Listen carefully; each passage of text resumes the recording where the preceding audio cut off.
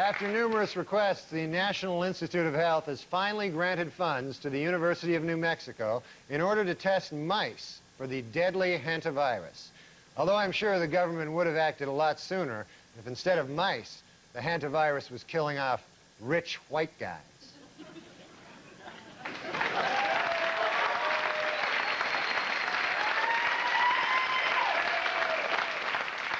And in Brunswick, Maine, an outbreak of the deadly canine parvovirus has led to the local Humane Society killing many of its dogs.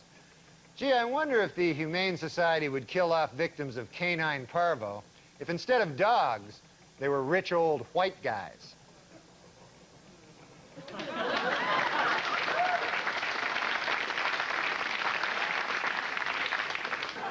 Wildlife officials in Maryland say that increased hunting will be necessary to control the state's black bear population.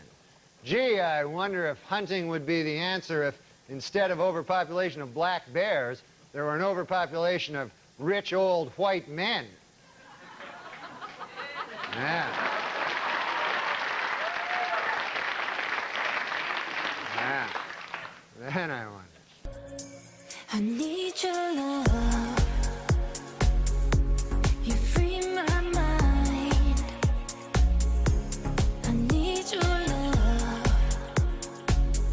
Yeah, you free my mind. One more thing. Oh, yeah, one more sport? This is the weirdest sport I saw. A guy shooting a gun. They had a thing where it was like a target, right? Right. And the guy goes like this and he shoots the gun. Right. And then whoever's the best at hitting the target, you know? And it was very odd because, you know, is it really a sport if they give you a gun? You know what I mean?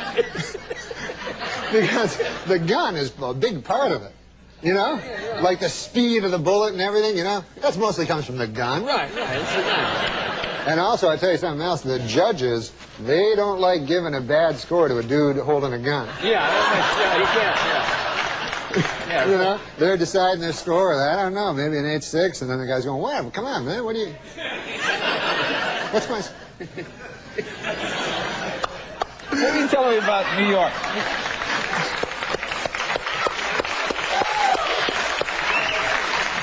Sometimes I find it easier to start my own. Really, get the thing rolling, yeah. Does President Clinton have a bent penis? Well, according to a doctor who examined him last week, the president's genitals are, quote, completely 100% normal. It should be noted, however, that the doctor who examined him also has a bent penis. That may color his findings a little.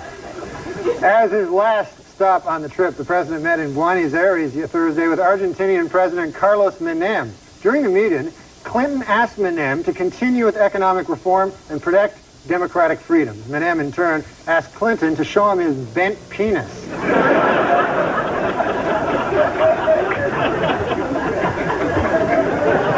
Tomorrow, Chinese President Jiang Zemin begins a week-long visit that could define U.S. relations with China for years to come. President Clinton plans to ask Jiang for several things, including human rights reform, trade expansion, and a Chinese herb said to have the power to straighten a bent penis.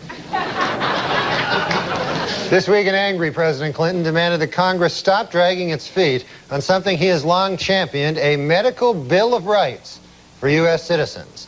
In all, there are 10 items in the President's Bill of Rights, running from number 1, a rich, satisfying sex life is the foundation of good health, to number 10, a straight penis is not a privilege, it is a right. And come to think of it, I got addicted to you. Oh, no. And come to think of it, I need somebody like you. Oh, no. I need someone like you. To know one thing before you go today. I know there are other questions, but you say that there were distinguishing characteristics on the president's private parts. For America, please tell us what that is. Well, we've got to know. Well, it was like that. Oh, God. It was. It turned. Okay, that was it. Thank you. Well. Talk about this new movie called Dirty Work. Dirty Work. Yeah, Somebody's got to do it. I read the synopsis of it. It sounds like a lot of fun. Two guys who just can't seem to get it together, right? Yeah, we can't get it together, so the only thing we're good at is getting back at people. Yeah. So we open a revenge for hire business. Yeah. I like this. Yeah, this is good. So if you need revenge, you see, you'd come to me and I'd figure out a revenge. Let's suppose there was somebody that was getting, was a mean, then you... Treating you unfairly. Exactly. I would come to you and say, I want revenge. Yes, and I'd figure out a way to get you revenge. Well, you do this in the movie to Don Rickles, don't you? Yeah, Don Rickles was great. Well, what did he do to deserve some revenge? He was just Don Rickles.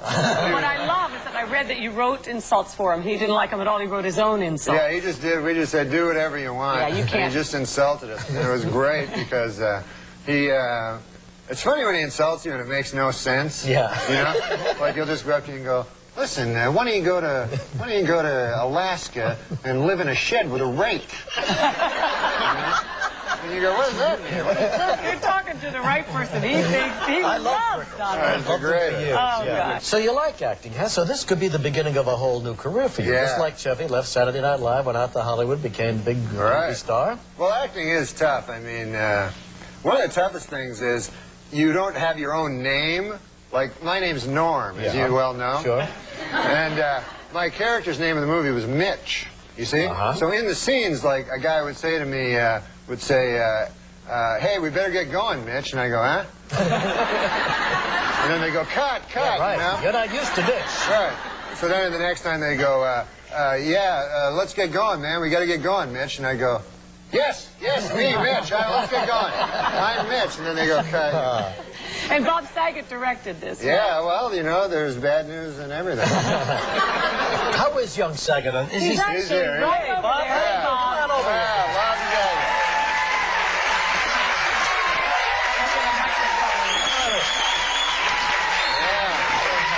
Yes, you do. Stand over there. Stand over there, man. Guys, Nice to see you two guys survived making this movie together. well, Bob's a great man. Bob's a great man. and a good woman. We've been together for a while. And now he's a big movie director. He's a big movie director. If it's a big movie. Tell him what Rickles said to you when he first met you about what's Scorsese.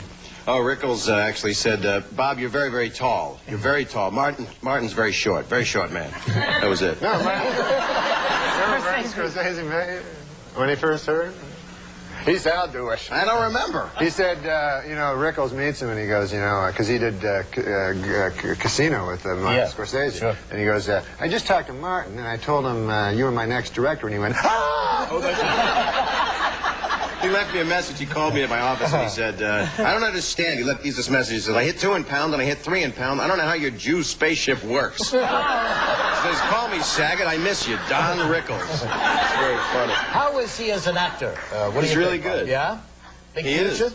Yeah, I think the man is incredibly talented. I'm not just saying that because we have a movie opening on June 12th.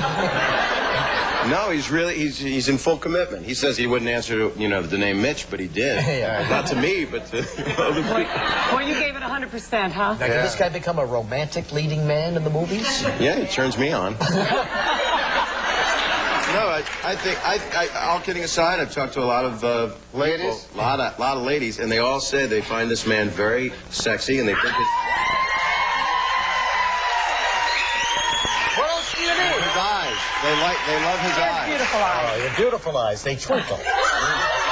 And he's got those Tom Selleck dimple things happening. Oh, yeah. This is the new Tom Selleck, absolutely. He's got the little wavy hair thing happening. Yeah. I think you're getting to Kathy Lee. Oh, yeah, baby. All right, so it opens on June 12th, June 12th. All right.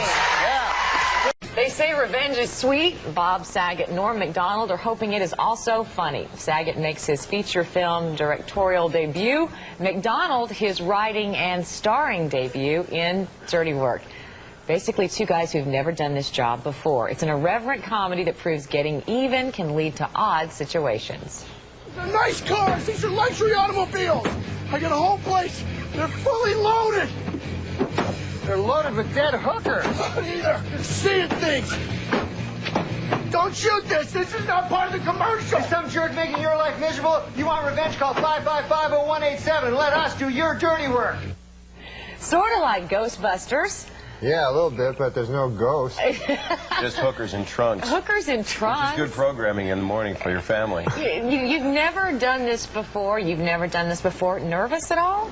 Hookers and trunks, or you mean the movie thing? Big, funny directorial debut, comedy, you, starring role. Yeah. A lot of pressure. Yeah, I'm nervous. No, but, you're not. No, I'm not, because I take the Xanax. 3-4 cases a week, isn't it? No, I sell it to him. Do you? No. Tell me about the movie. Actually, he's a very, very funny man. The movie? Oh, I'm sorry, I got crazy. I was reading that.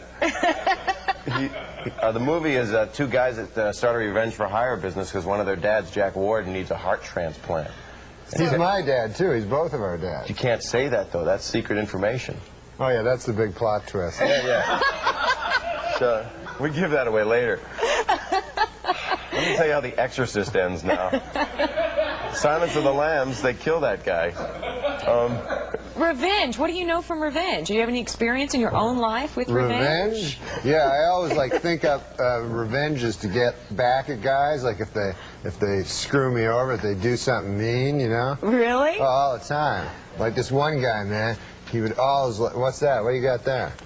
A little article about you in a little feud with another network. Oh yeah. There's this character over on the NBC. He's the president, and he hates me. And why? Why? He doesn't think I'm funny.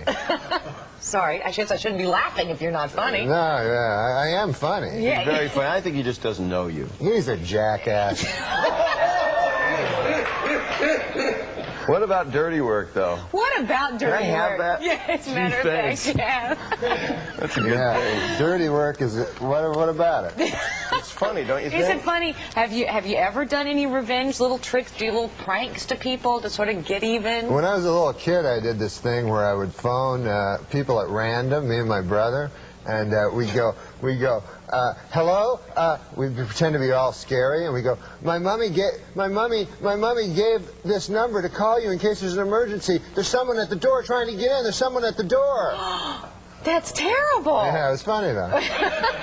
He did something to me 2 days ago. I was driving. One of the stars of the movie, Artie Lang, is very excited about everything that's going on with this movie, and he got a brand new Cadillac. Beautiful black Cadillac. We went golfing. We played 3 holes, then went to the snack bar, and then we played 2 more later. And so Artie, we're driving back, and I plowed into a manhole, and I flatted out his tire in the bottom of the car, with his new caddy. With his brand new caddy. He's like cracking up. So what current kind of practical joke? So this crazy Mexican tow truck driver comes, you know, to fix his car, and so then I tell Saget, I go, hey man, that guy wants your autograph, you know, for his kid. For his kid. So then the guy, like, fixes our car, and then Saget, like a jackass, he comes up afterwards and he goes, yeah, I'll sign anything for you. And the guy goes, no, cash. I said, you want an autograph? He says, no, $50.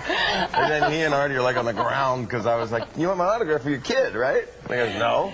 Was this movie fun to make? I mean, is it more fun to make comedies than to make dramas? Because you've made dramas before. I made a drama about his sister died of a bad disease. Right. I mean, you've done the other thing. Is it a whole... You know, it's interesting that you told us both. I forgot I'd done it till now. But you've also done some other directing as well. Yeah, I mean, a lot of people don't know you started back in college doing directing projects and things. Right. But this thing, you know, comedy is a collaborative thing, and Norm and the writers. Norm wrote it with Frank Sebastiano and Fred Wolf, and our producer Bob Simons. Everybody was working together to get the funniest stuff that we could get out of it. And it's Norm's sensibilities, a lot of it, and it's really because of that I fell in love. I don't know what he's talking about, but we got funny people in it. California. We got you know, the great Don Rickles, Chevy Chase, Chris Farley. All the funniest guys I know are in the movie. So that's what makes it, you know. Are you happy to be doing movies and not TV anymore? No, I love TV the best. Do you? Yeah. Maybe one day I could fill in for Spencer Christian if he's over in Atlantic City or something. Do you think? He always is, you know. I know, I saw him there once. Did you? Yeah, How much did you lose? He had a feverish look on his face. Norm MacDonald, Bob Saget. We're done? Best of luck with dirty work. Thanks, Lisa. You and Kevin are great, man. Thank you.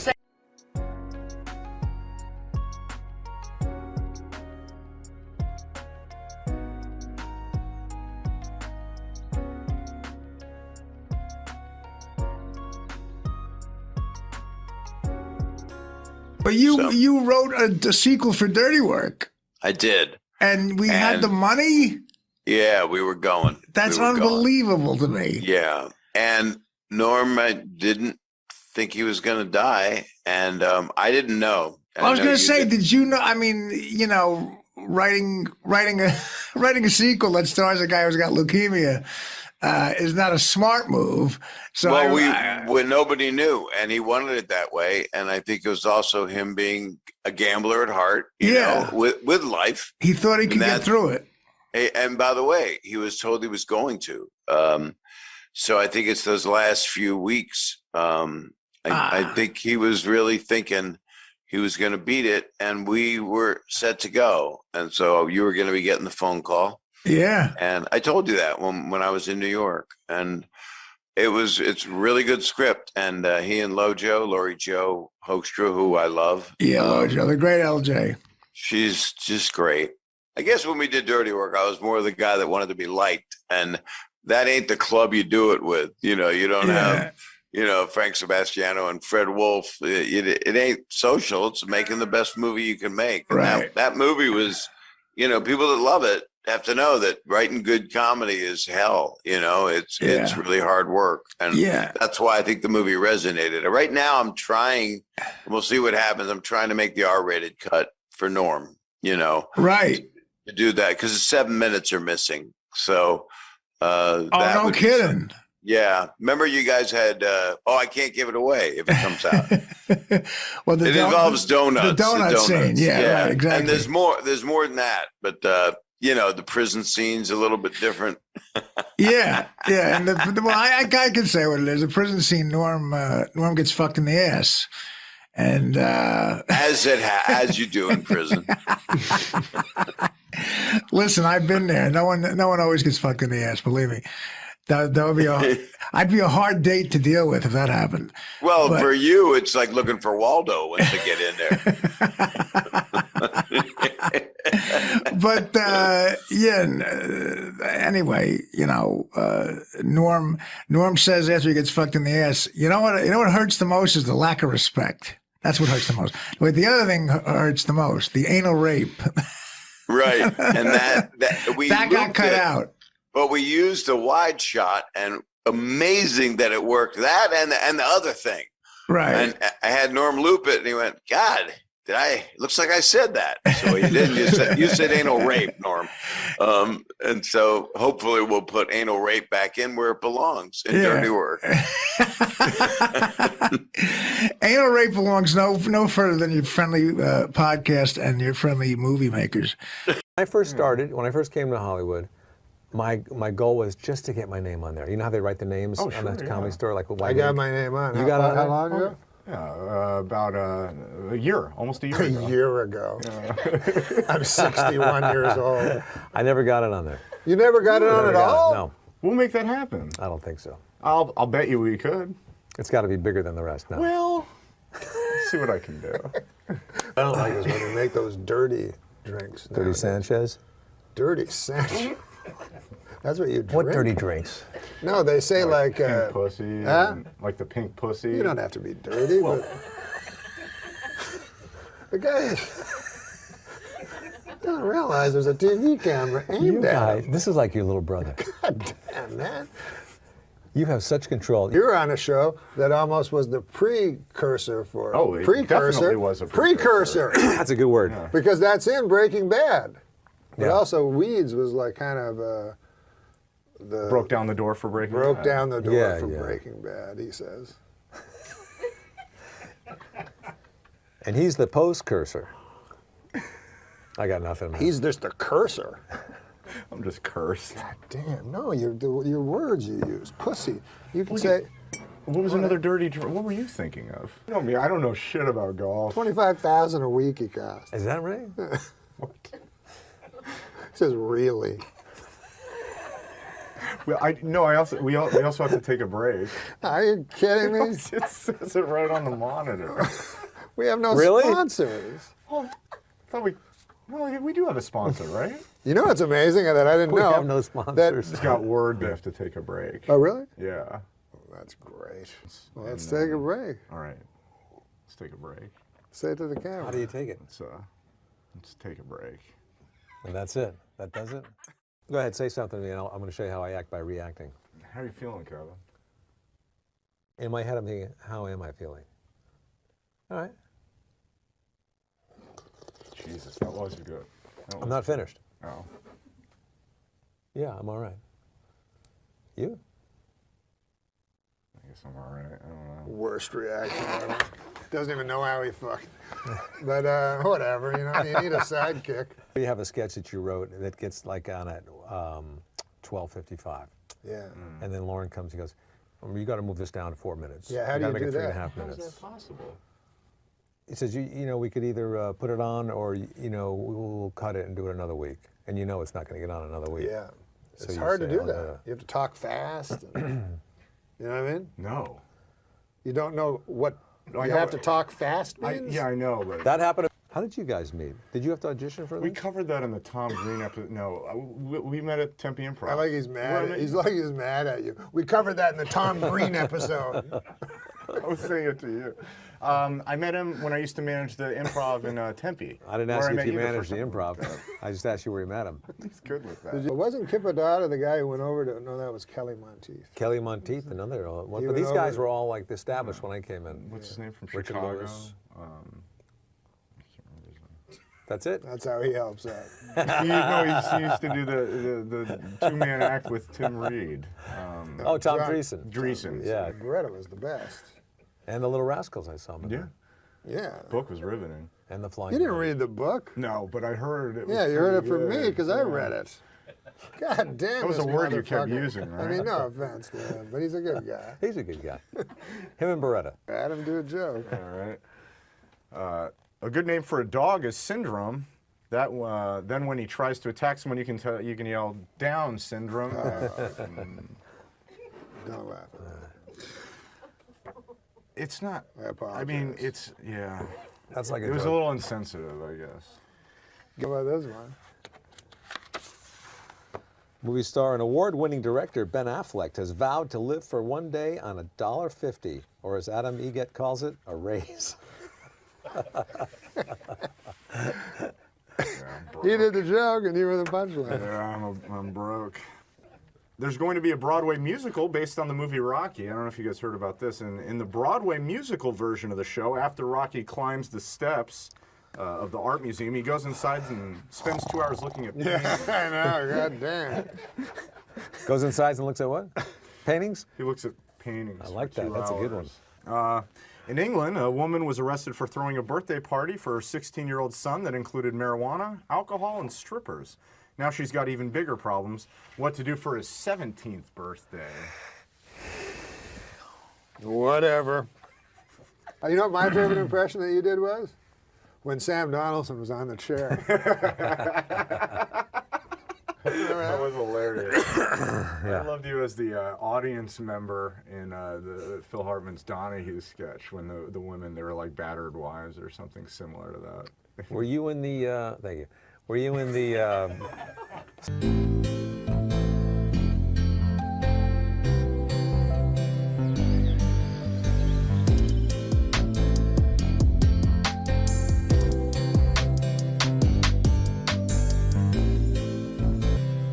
Thanks so much for calling in, Super Dave. Please come I back. didn't call in, asshole. I didn't call in. You called me. I'm not calling into this. Let me explain something. If I'm homeless, I'm not calling in. Duly noted, Super Dave. You understand? You understand? Yes. Thinking about the tattoo, I'm gonna get 2 big M's on my ass. So when I'm standing right up, it's gonna say Mom. When I stand upside down, it's gonna be Wow. What do you think? I'm dumbfounded. Mom and Wow. It's just an M and an M. I know. Where's the O? I had to go there, didn't I? Yes, you did. You know the joke about B.B. King's wife? No. You don't? No, I don't think so. B.B.'s having a birthday, so she wants to surprise him. So she goes to the tattoo parlor. She says, put a B on one cheek and a B on the other. So the guy does it. She goes home. BB comes home. She opens the door, bends over, drops her shorts, and says, "Surprise!" He said, "Who's Bob?" Oh, that's racist. There it is, ladies and gentlemen. There it is. The one and only Super Dave Osborne and his joke about. Yeah, sell that to Michael Richards, man. Why, that's not a racist joke. Yeah, sure it isn't. Who's Bob? Yeah, you know, that's the way you want to broadcasting and stereotypes. 97.9 I'll tell you what, FM. let's do it this way. Yeah. Bob Hope's wife goes to a tattoo parlor. No, but you chose an African American. Well, the Bob Hope is dead. Yeah. Go ahead. And she says, put a B on one cheek and a B on the other. She comes home. Bob Hope comes home. She bends over, pulls her pants down, and he faints. Now, Bob Hope is dead. Yeah, I know. Bring me the body of the great Bob Hope. If he struggles a lot, tie him up with a rope. If he smells a bit, wash him down with soap. Just bring me the body of the great Bob Hope. Bring Me the Body of the Great Bob Hope, another song by Super Dave Osborne and Norm MacDonald. They've collaborated together on a great new CD, Music from Dead People. And this... Know the end is day, nobody's gonna change. You won't ever leave. On my mind again, I'm still not tired of it. Can make you want me. And I might act okay, say things will stay the same. Say I'm all I need. I don't know if you got enough ink for his dub. I don't know if you got Victoria, help me out, Victoria. Here we go. That's glove time. No, you need more than gloves. Come on. What's it like working with Norm? Norm's a special guy. You know, everyone who meets Norm, you can't help but fall into his cadence. You know, Yes. yeah, Rudy, how you doing there, Rudy? I knew a guy named Rudy one time there in Toronto, you know. And then, of course, he'd go on 5 minutes later and do a corny punchline. Everyone that meets you does an impression of you. What? You're one of those guys that you make such an impression on people that everyone that meets you does a Norm MacDonald. I don't care for any of those impressions, by the way. You know how they say impressions are the highest form of flattery? Well, no, they say it's the highest form of flattery. Yeah. Anyways, imitation is the highest form of flattery. Yes. Yeah, he's a rare and special guy. He was a brilliant guy. He was a brilliant mathematician, actually. Really? Yes, in his younger days, and he got moved ahead in grades, like way advanced in grades, probably more than he wanted to. Oh, wow. Because he was like in high school at a very young age, and kind of felt a little, you know, out of it, because socially he certainly wasn't at that age, but he was so brilliant mathematically that he felt a little awkward socially being moved so far in advance. Oh, wow. But Okay. you can tell how brilliant he was, because that, you know, math figures into comedy. And timing, right? And you can tell that's what goes on with Norm. Anyways, this is what I get. I do a perfect year. I go, all right, let's hear it. Hey, how you doing? Hey, I can do an impression of myself. Yeah. Hey, what's going on? Hey. That's the impression. I've never heard you say that. Hey, what's going on? Hey, what's going on? Hey. Sounds like you doing an impression of Brewer doing an impression of you. Hey, yeah. And come to think of it, I got addicted to you. Oh, no, no, no. And come to think of it, I need somebody like you. Oh, no, no, no. I need someone like you. Any funny stories you'd like to share with us about you and About Norm? Yeah. I don't know. Well, he's passed. I don't think he'd mind this one. Norm loved to gamble, and there's no secret to that. And sometimes he'd go in on Sunday to the office there on SNL, and he lost a bet or something. I guess it's a big one. And he was really mad. And then he tried to stomp on a phone, and he wrenched his back. But he was so mad that he said he slowly pulled the phone apart to assuage his anger, but he did it really slowly because his back hurt so hard. Oh my goodness, Norm was one of a kind, that's for sure. You definitely will be missed, absolutely. This man began his television stand-up debut with us 25 years ago. Didn't know that. I didn't know that. Very talented actor. Nobody funnier. Ladies and gentlemen, Norm MacDonald. Do you watch your own show? No, sir. Well, you have, I've talked to people, I've watched it, and I've talked to other people who find it compelling. you can't take your eyes off. So Well, there, imagine if you whatever were it doing is you're making up, whatever qualities you're fabricating here, you yourself possess them. But imagine if you were doing it. And you Well, imagine don't have if an you eye. were doing it. Well, We always worry a little about you because we regard you as the top of the heap, the best of the best, the funniest of the funny, the guy who has it in every fiber of his being, not conjured. It's the real thing. So you do it. I just want to write. I just want to write books. But but I'd like to watch you with a big desk. I'm tired of talking, Mark. Okay, now it's going to turn into Norm show. So you're the one who saw that. I had to watch it. I love Norm. God, geez. I don't know what happened to that show.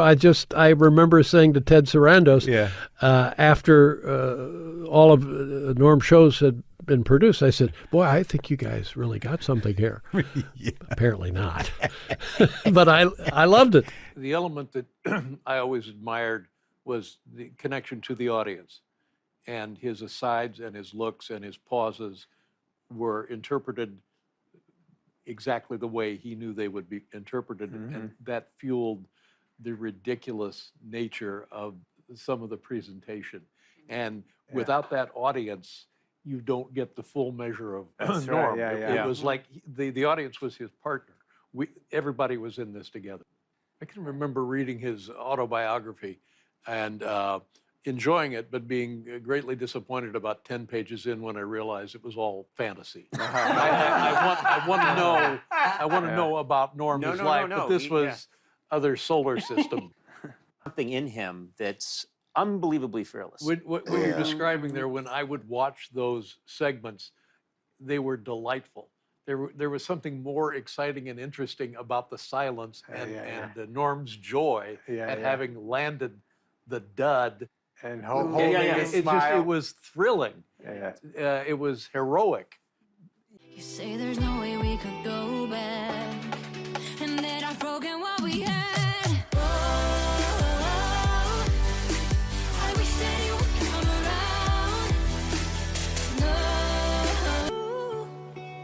around. No. But I wonder if people, like you say, you don't like people who are not hardworking. I wonder, are there people who worked as hard as Steve did and does? I was thinking when I said it that there's an exception. I know we're both admirers of Norm MacDonald, and he seems sometimes like someone who has something. It's his cadence. It's the way he talks. I don't know if he's a hardworking comic, but God, he makes me laugh. And his cadence, something is just wrong about it, you know? But I love Norm, and my guess is, what I know of Norm is that he may not be working hard. No. But what he has is the same result as somebody who's worked hard. Yes, yeah. Which is, again, enviable, admirable. But God, he makes me laugh. And I happened across some of his time on Weekend Update. Yeah. When you watch it now, you realize Norm just didn't care if it got a laugh. No. And he didn't. Yeah. He didn't care. And he had a joke. I think Downey wrote the joke. It was during the OJ trial. And there's a picture of Johnny Cochran holding up the knit cap with OJ sitting next to him. And God, no one could do this but Norm. Norm said, a little bit of a wrinkle for OJ in the trial today. Johnny Cochran stood up and held the knit cap that was found at the scene of the double murders when OJ jumped up and said, hey, careful with that. That's my lucky stabbing cap. Who else could do that? Right. And he doesn't. And if it got nothing, he would stare and tell you your problem. I thought that was one of the best. Dark but fantastic, and also no one could do it but him. No, that's what I was going to say. I would, if somebody had pitched that joke to me at the height of the OJ trial, I would have laughed and not done it. Would you have done that joke? No, I would not have done that. Yeah. I would have been queasy and it's tragedy and it was theater of some kind. Theater of the absurd. But the delivery, the persona and the material. Yes, It's perfect. Powerful, yes. In a brilliant move during closing arguments, Simpson attorney Johnny Cochran put on the knit cap prosecutors say O.J. wore the night he committed the murders. Although O.J. may have hurt his case when he suddenly blurted out, hey, easy with that. That's my lucky stabbing hat.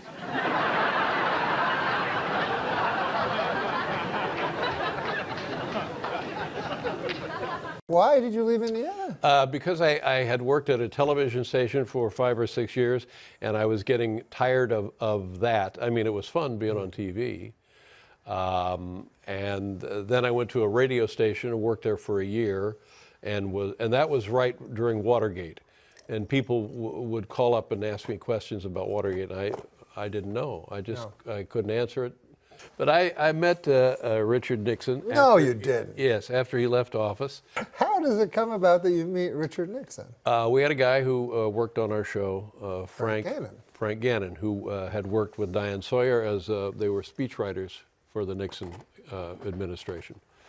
And Frank had maintained a nice relationship with the former president, and he was on the Today Show talking to Bryant Gumbel. And so he said to me, after we got done taping our show, he said, Brian Gumbel is taping these interviews with Richard Nixon. Would you like to come up and meet him? And I said, yes, of course I would like to come up and meet him. Now, a friend of mine had been on our show named Jeff Altman. And Jeff Altman loved Richard Nixon, loved everything about him, loved what he looked like, loved what he sounded like. He was fascinated by Richard Nixon. So I said, hey, Jeff, let's go up and we'll meet Richard Nixon. And he said, oh my God, yes. So we go up there. Now it's Frank, myself, Jeff Altman.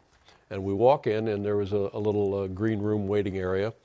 And Richard Nixon jumps to his feet. And my first impression was he was a taller man than I thought. He seemed to be about 6 feet tall. And I always envisioned him as sort of hunched over and such. But he was tall, and the other perhaps greater surprise was he was very charming.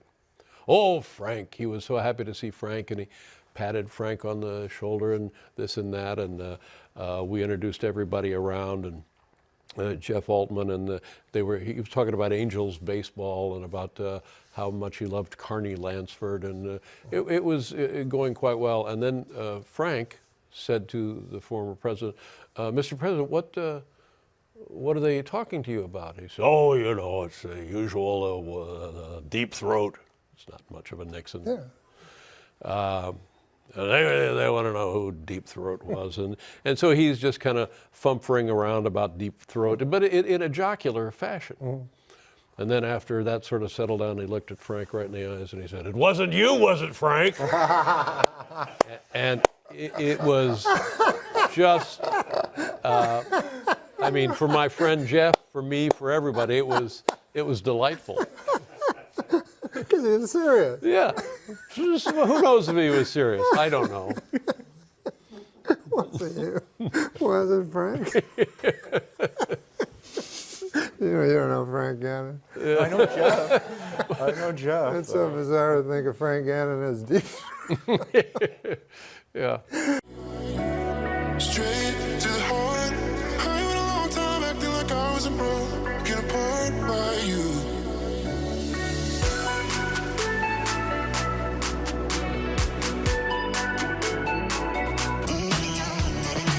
Says now when Howard Hunt and G. Gordon Liddy broke into the Watergate Hotel, they were wearing wigs and listening devices. And Richard Nixon goes, well, I suppose you could say they were wearing listening devices, or perhaps you'd call them hearing devices. And wigs. Oh, hi. I just wanted to say that my father loved dogs, and he loved the second annual HCA Award. and that ever since he was a kid in the Ottawa Valley, he always wanted to win a second annual HCA Awards, and also to have a dog. Thank you.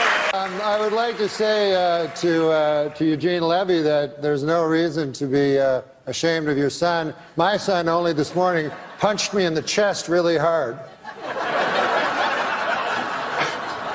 Are those your jokes that you wrote today? Yep. Okay. Been cracking them out. Okay. I am going to prove something right now. Read the jokes to me. I'm on a seafood diet.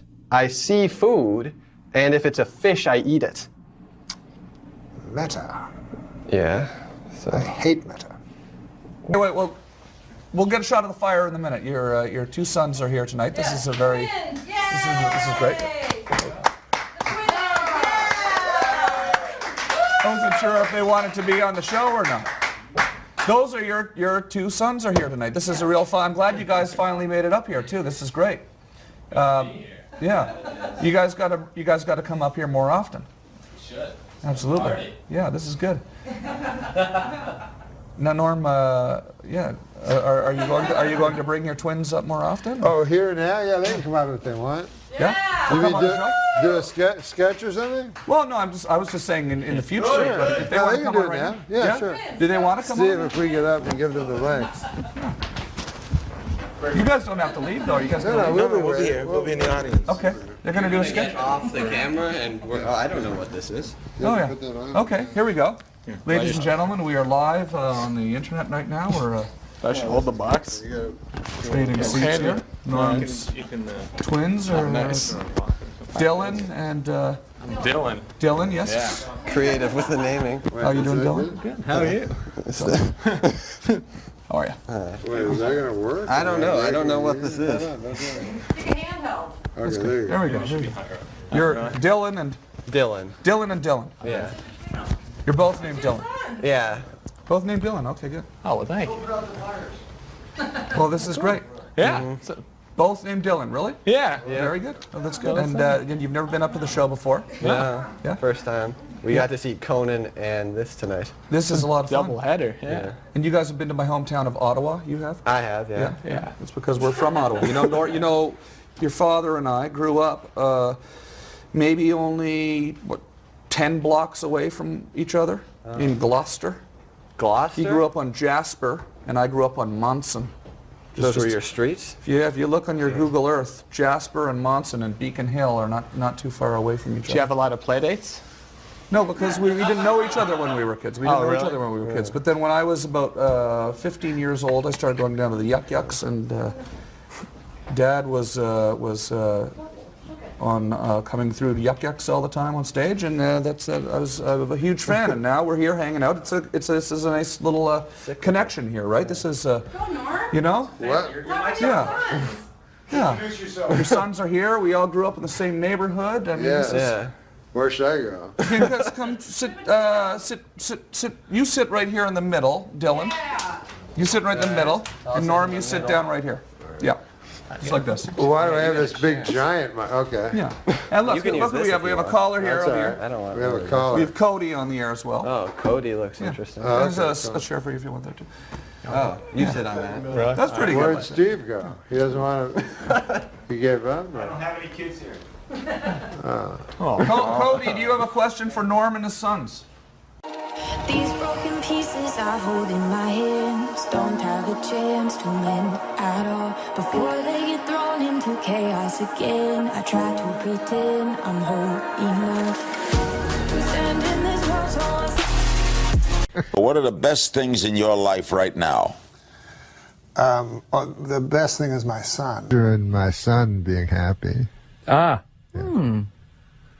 How old is your son? He's, 10, 15?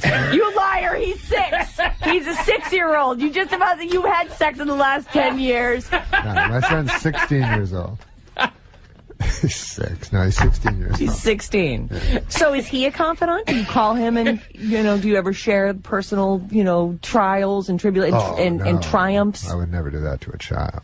He's 16. Well, I mean, As you have said, he can't be a child forever. When are you going to put the hard realities of life on him? well, that's an interesting question. That is an interesting question because I actually have love for my son. Yes. Like deep, of course. deep love. He's your son. And so,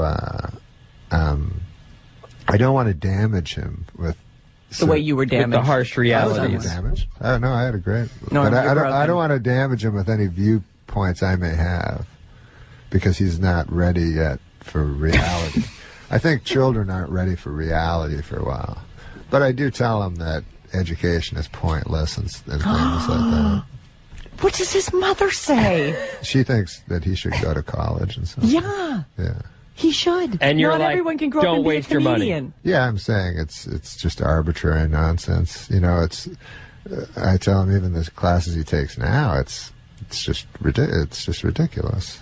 You know, that algebra has no meaning and none Unless of this he stuff becomes an engineer. Well, unless he becomes. Do you have no hope for this child? Unless he becomes a math teacher, math professor. But I mean, you know, you think it's a coincidence that they have 6 subjects out of 10 billion that they teach in school? And then you just pick one of completely the 10 arbitrary. billion to focus on. No, you have to. You they need don't basic teach you 10 math. billion. You need basic language. It's lovely when the school has art or music, which none of them do anymore. A little Yeah. PE to keep us from getting fat. I mean, Yeah, come on. Yeah, no, they have A little some good science, ones. some They of the have some basic good science stuff. Sure they do. Of course they do. No, I tell him if he wants to go to college, he should have a goal, you know, to be. He can't. He's 16. No kid at 16 has a goal. Their goal is like to be a rock star. Or you know what I'm have gonna do? sex. Well, right. I mean, that's actually the goal. Does he want to have sex? Or did you tell him, oh, don't bother with that? There's nothing for you in that. It's just repetitive, just over and over, I would same thing. discuss something like that with him. I hold him in too high esteem to discuss it. We're super short on time. I've already missed my traffic thing. I'm fascinated. I don't know whether to slap you or hug you. Like, seriously, I feel like someone needs to shake you and knock some sense into you. We are going to take a short break. Or maybe you. What? Maybe you. Knock sense into me? No, I'm doing fine. I'm good over here. Oh, me too. No, you're not. I'm telling you. I know from broken people, Norm MacDonald. My favorite story of all time is Pistorius. Oh, yes, yes. The runner. Tell who Pistorius is. Well, you know who Pistorius is. No, but for the viewers that don't Who know. doesn't know? Well, the viewers that don't know. But haven't you already started filming this movie long before that whole controversy began? Yeah. So what do you make of all this? What do I make of it? Yeah, what's the point? The point of they're what? trying to make, you know. Who? So you got to explain to the people. no, they read the papers. They know. Yeah, they know. What about that Dormer? This guy who killed the cops? Yeah, explain to the folks. I don't want to explain anything. If you're going to say that after everything I say, I'm going to leave. No, I've heard people say that. This is the cheapest thing I've ever been involved in. No, I've heard people say that. If I didn't love you, I would be so gone now. I can't tell you. Tell the folks at home who Jim Downey is. Oh, he's the late writer. No, Jim was a writer on SNL back like the beginning. Yeah. That was one of the things I love so much is that Mulaney. I heard that Mulaney would write all the stuff for Stefan. Tell the folks at home who Mulaney is. John Mulaney. The People at comeback home. kid. You know, I went to a tennis match in Indian Wells. Yeah. And I saw Rafael Nadal play. He's my favorite. Rafael Nadal. Explain to the folks who Rafael Nadal is. Oh, my God. He was a manufacturer of turkey coops. Now, can you explain to the folks at home what a turkey coop is? It's basically it's a 100. I think that if Kim Kardashian were to go to Vegas, she could do Carrot Top's act and take things out of her ass. Am I going to have to explain everything to you? No, to the folks, explain who Kim Kardashian is. Never mind. Mr. Reiner, FBI, may we come in? Oh, absolutely, gentlemen. I'm in my shorts. I was just woken up. They wanted to know if I knew. Explain to the folks what the FBI is. The Federal Bureau of Investigation. How would you describe your comedy? Tell the folks at home. Why would you ask me the worst question in radio to describe my comedy? No, but tell the folks Why at don't you home. describe Blue to the audience? I'm going to tell you the greatest talk show in the history of talk shows was Mike Douglas. Mike Douglas. And his co-host was Sly. Now, people are going to think that's Michael Douglas. You should probably explain to the folks. Well, who's watching? Is this in the United States? Well, I'll explain to the folks. No, don't explain everything. Mike Douglas. Oh, Mike you Douglas just take everything out of it. There's no sense being here. The door's going to open, and there's the pole. There's the pole. That's the pole. We should explain to the folks that was Michael Jackson. Let's explain. Yeah, explain who Michael Jackson is to the people. Everyone knows Michael Jackson. What are you retarded?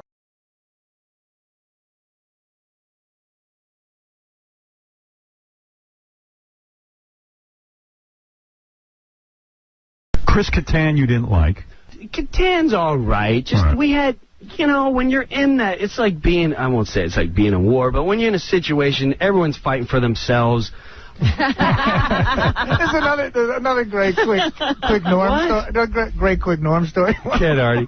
Well, Jim will appreciate it. They do a big Rolling Stone article about the Kansas City. That was a great one, man.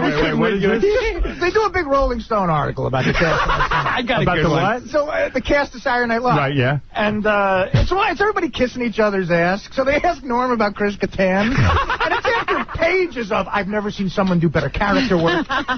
Norm's quote is, he seems gay to me. He goes,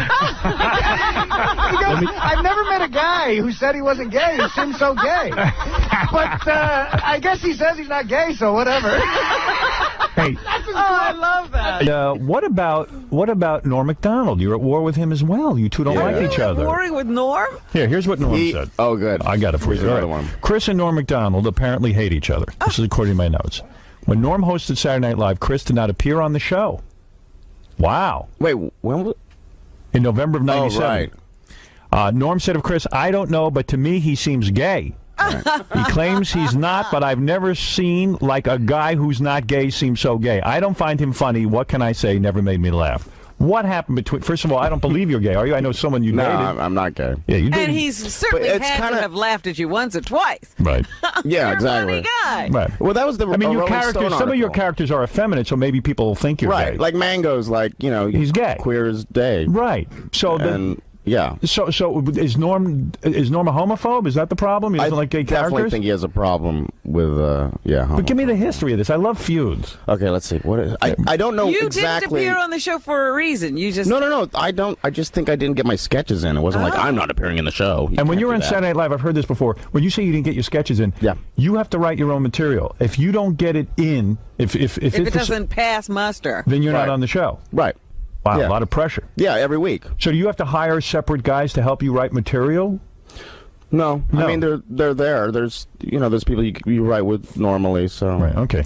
Because I've heard some people don't help other people. You know. No, some people don't. Right. But I'm not. Because I'm not exactly the easiest guy to write for, though. I'm not like. I'm not an everyman. I can't be the boyfriend all the time. I'm more of a freak. So why Norm MacDonald? I mean, Norm is an easygoing guy. I know Norm. Why the dislike? Something happened. Well, let's see. When I first got on the show, he was so nice. He and Spade, right, were just like so nice. And then I don't know what happened. He just started. Like Garth Brooks was, we did like a pitch meeting, and he started saying things in the pitch meeting like you don't want to do. Like Garth Brooks was a guest. Yeah. Was a guest. I was like, I'm sure you don't want to do another fag sketch. Like things like that. People would laugh. Oh dear. I was like, why is he saying? Why is it? And then it got kind of old. Like Jesus, Norm, you're like another. And it makes you inhibited in a writing meeting if someone's goofing on you every time you open up your mouth, right? Yeah. I mean, I didn't care because I'm not gay. If I was like, some gay guy going, I don't want anyone to know that I'm just right. And so the gay jokes kept going and going and going. Yeah, the gay jokes kept going and going. And then you finally said, hey, I've had it with you, Norm. Well, did you ever confront him? Yeah, a little bit. Yeah, but it's like a playful thing. He says it's like a Jack Benny, Fred Allen, kind of a feud thing. But you don't see it that way. No, I think he's I don't know. But he this is what happened. We were on a flight together. We didn't plan on being together on the same flight. We were flying from LA back to New York to do Saturday Night Live, and it was a red eye, and he's behind me, and we're getting along, whatever. He's talking about crapping on women, or I don't know what he was talking about, something like that. Yeah, something. And it was funny because he was so loud, right? So everyone else could hear it. I'm like, there's this crap on this girl. Yeah, and I'm like, laughing, right? Because he's a funny guy. Yeah. And then I wake up. And, because it's a red eye, and one of my shoes is missing. And I was like, where's my shoe? And Norm's like, hey, you lost your shoe, huh? And then he leaves. And I'm like, so disoriented. And I'm the last guy in the flight looking for my shoe. And I just, walk off the plane with one shoe, and all the stewardesses like, you are funny. Oh, no. So he stole your shoe. He stole my shoe. And he's playing goofs on you. He's not respecting you. Right. Right. And then I took his jacket on a really cold night, and his assistant called me at home going, I got to get Norm's jacket. Please get me Norm's jacket. And she was like freaking out. Right. I was like, no, this is between Norm and I. You can't play in this game. Right. Chauncey Hayden, you're on the air. Hey, Howard, how's it going? All right. I've interviewed Chris before. He's a good guy. Chris. Thank you. Is it not true that Jim Brewer, your former cast member, had a problem with you as well? I think at one point he thought I stole an idea from him. Oh, really? Yes. So, man, there's so much infighting. You got to admit. But they're really, that's it though. Really? That's not much for like 6 years. With a lot of the cast members, and I think with Chris, do you remember that Rolling Stone cover came out and they only put certain members of SNL on the cover? Yeah, that was a big deal. Didn't that cause a lot of strife inside? Yeah, well... Why, they only chose certain amount of people for the cover. It was you. Right, it was Will, me, Molly Shannon, and Sherry O'Terry. And you did the cover, and the rest of the cast felt like, hey, what are we, garbage? What is this? But why be mad at you? It was because of our characters, too. You know, it was like there was the cheerleaders. You were the breakout guys. Roxbury guys. Right. And Mary Catherine. But aren't they mad or jealous because you guys broke out and they didn't? And don't they think that you should stick up for them and insist that they be on the cover as well? But you don't have that kind of juice. No, what are we gonna? Yeah. Yeah. I mean, it's only makes sense that they would be on the cover, but what are we gonna do? I mean, Norm wanted to be. There's a big stink because he wanted to be on the cover by himself. Yeah. Really? No, I don't know if he wanted. No, he wanted to be in that picture. I don't know. He showed up later, and then he wanted to be.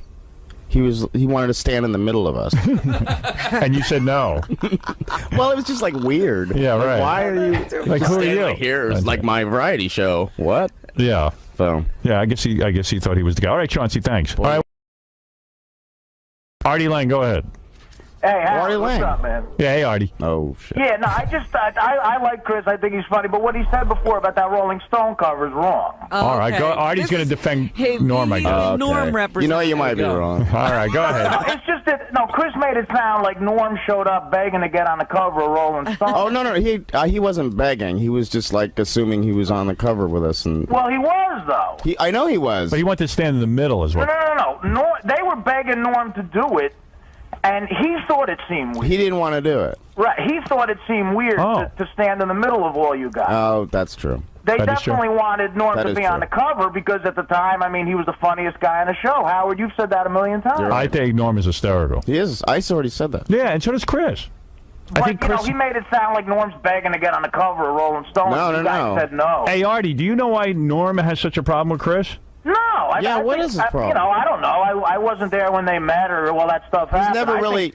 Well, you are Mrs. Norm MacDonald. Wait a minute, you weren't there during the shoot either, but you know all about that. As a matter of fact, I was, because me and Norm had already done the movie, and I had lunch with his assistant. We went over there. There you go. Yeah, I can tell you, Howard, it's Christopher Walken. I hosted Saturday Night Live several times. I think Norm is just a funny guy. He came up to me one day and said, I'm a big fan. I said, what's your favorite movie? He said, Chris Kattan's a fag. Really? Well, that's ridiculous. I, for the record, have never heard Norm say that. All right. Thank you, Artie. All right, man. Where are you today? I'm in beautiful New Jersey. All right, we'll see you tomorrow. You want to hear? Go ahead. Go ahead. No, you go. We're on SNL one time, right? This is what Norm just didn't care about anyone. This a quick story. Pamela Anderson is on it. Every time a hot chick would come on, Kattan would go over the top to like, oh my God, he'd write a sketch. We're gonna make out. Right. She's hot. She's with Tommy Lee Hammer. Back off. Yeah, right. Come on. So he writes a sketch, and they do this sketch where it's the Twilight Zone when everyone's in pig face or something. Right. So that's the goof. So me, Kattan, we're all in it, and Norm is the guy who's got to go, imagine if you will. And Norm doesn't read sketches, and he's a pro. Right. So he would rehearse it and go, hey, imagine if you will, and second time, and Kattan would go, oh my God, you don't even sound like him. Why would you do that? And I would stand and go, Norm, you gonna hit him back? Like, you gonna say something to him? You just gonna take that from this guy? Now we go to a dress show, which has an audience, and it's being filmed. Right. And again, he starts punking into Norm on the set. Right. He's going, oh my God, Norm, you going to do it right? It's my only sketch. Right, you don't sound like Rod Serling. He's like, hey, imagine 10, 9, and we're on. Hey, imagine if you will. He knew the deal. Right. Now we go to air. And Norm still hasn't said nothing. Every time Katan would say something to him, I'd look at Norm like, hey, man, you're my hero. What's up? Because if you're not going to say something, I will. Right. And sure enough, he'd give me like a wink. I swear to you, he'd give me a wink. I'm like, I don't know what's going on. Live Air comes on. And I'm like, 20 seconds to the Twilight Zone sketch. He starts up again. Where Mike, the whole audience is listening. He's like, oh, God, Katan.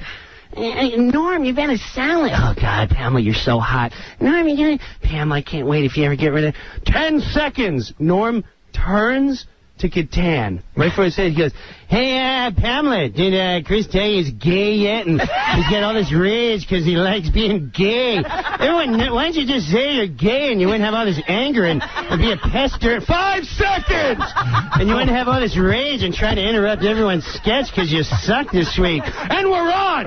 Imagine if you will. I'm like, there's my hero. There's my hero. See, he knew to save it for the live air. Saved it. He saved nice, it. and Katan sank. I couldn't even get my words.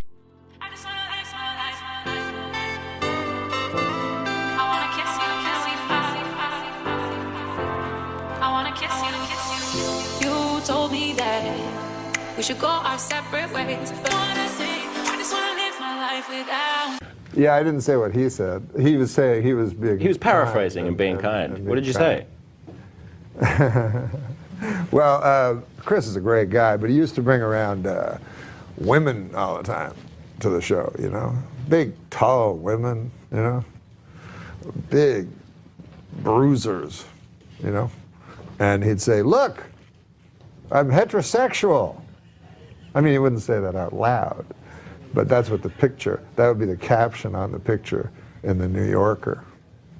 Boy, those are funny. So it was something related to his sexuality. Maybe. But listen, if I call a person gay, that ain't no insult. It's a good thing nowadays. Yeah, if you say it's an insult, you're the homophobe, not me. Correct. Supreme Court says so. That's absolutely. Would you care to hear my Anthony Hopkins? Yeah, I want to hear. From Sounds of the Lambs? Yeah, I want to hear. You be your the girl. impression? You be the girl. Jodie Foster? Yeah, just say something. Who recently came out, right? Yeah, but don't put that. I'm not plugging that. Okay, so just say it like you're. I'm Hannibal the cannibal. I'm Jodie Foster. I can't do Jodie. No, just say any line. Okay, Hannibal, you're terrible. What have you done to these innocent people? Clarice, I don't know what you dream about, but I ate a guy. That wasn't good at all. I've never done it. Here's the problem. I've never done an impression of him. Do one. Here's Jessica Biel from Flashdance. Okay.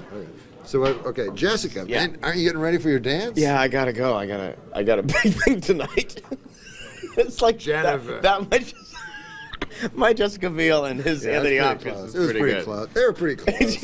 No, sometimes you think a good impression might come out. Do you ever do that? What?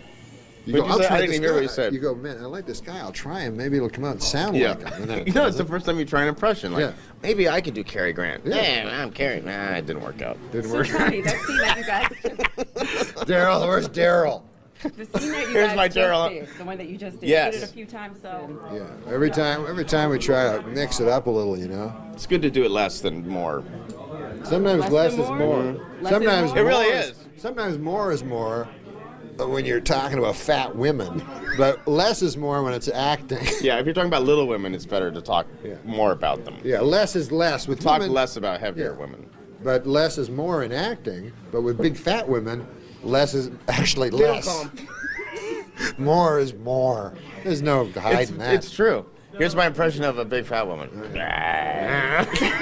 Not very good. Hey, fatty. So how much longer are you guys going to be here? What? We're that's it. Let's do a little from the Sunshine. We flew in for a half hour. Let's do a little from the Sunshine. We're here for another week, I think. But next year the Sunshine Boys. You want to hear a little? I don't know Sunshine any Boys? from the Sunshine I don't Boys. know. Well, they said we could ad lib it off. Yeah.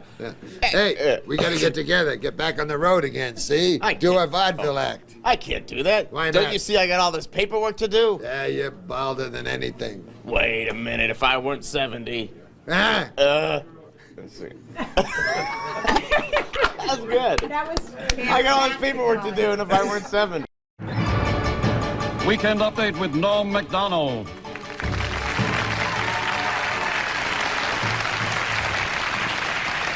Thank you. I'm Norm MacDonald, and now the fake news. All right, Norm, I got to ask you, I'm a big fan of SNL. How did you get the Weekend Update gig? Oh, that's an interesting question. I think it's for you. It's for you, yeah. How'd you get the Weekend Update gig? Oh, I got it. I auditioned for it, and then they gave it to me. What a great story! Yeah, that's great. And he said it's pretty good. Yeah. What a good. How good was that answer? Great answer. Love Wasn't it? That was good. Well, the great thing about Lauren is you could do anything you wanted. He would tell you wise things, like wisdom or whatever. He's like a little Buddha guy, right? Yes, yeah. Did it ever make sense, or not to me? You'd always walk away going, "What the fuck?" To other people, it did. Like I remember one time he wanted me. Like this was actually with Weekend Update. They wanted me to do Weekend Update with a lady. Yeah, like two of us. Mm-hmm. And I was like, that sounds like shit. I don't want to that sounds like shit. I'm like, if there's a lady and a dude, like, what are we making fun of local news? What the fuck is that? He's like, no. He's like, you'll be, he had some crazy, he goes like, I think he liked me because I didn't understand what he was talking about all that.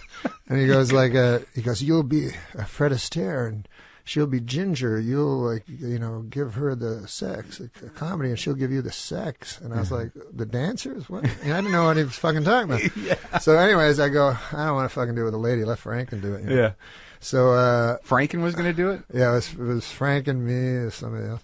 So I didn't care that much about it. So because I could just do stand up. But anyways, what happened was funny. Like Steve Martin walked in because he was hosting. Yeah. And Lauren, to embarrass me, went, let's see what Steve thinks about it. And Steve Martin doesn't give a fuck about anything. So, but he goes, Norm wants to with the lady, and what he thinks. And he does this big, long spiel, and Steve Martin's completely uninterested. Been dragged into something he wanted no part of. But luckily, he fucking just said out of the blue, he goes, oh, fuck. He goes, I did this award show with some broad, and they paired me up with her, and she fucked everything up. Like, I guess they stuck him or something. Yeah. So then Lauren goes, there's some support from an unexpected place. And that's how you got the solo update? Yeah, Steve Martin, because he was such a hero to Lauren. You had a bad experience with an award show, and you get to run the solo on the update? Yeah, it was awesome. That was a fucking good moment. But I would have been in big trouble with a lady. But then later they did it with a lady and a dude. Because he kept saying, remember, because I know Saturday Night Live, like all of us, right? Yeah. And he was like, remember Jane and Dan? And I was like, that was shit. Like, I remember Jane, you ignorant slut. Right. But I also remember all the rest of the fucking shit. Like, he had a hat on and pretended to be from they played characters. Yeah. And I was not interested in that because Dennis kind of changed it to Dennis Miller where you do jokes. Where you do jokes. And you're not doing a parody of a fucking...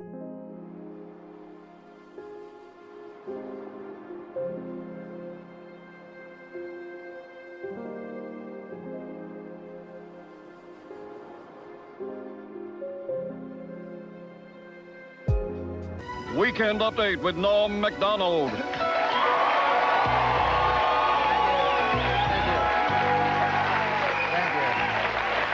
Thanks, I'm Norm MacDonald, and now the fake news. Well, it is finally official. Murder is legal in the state of California.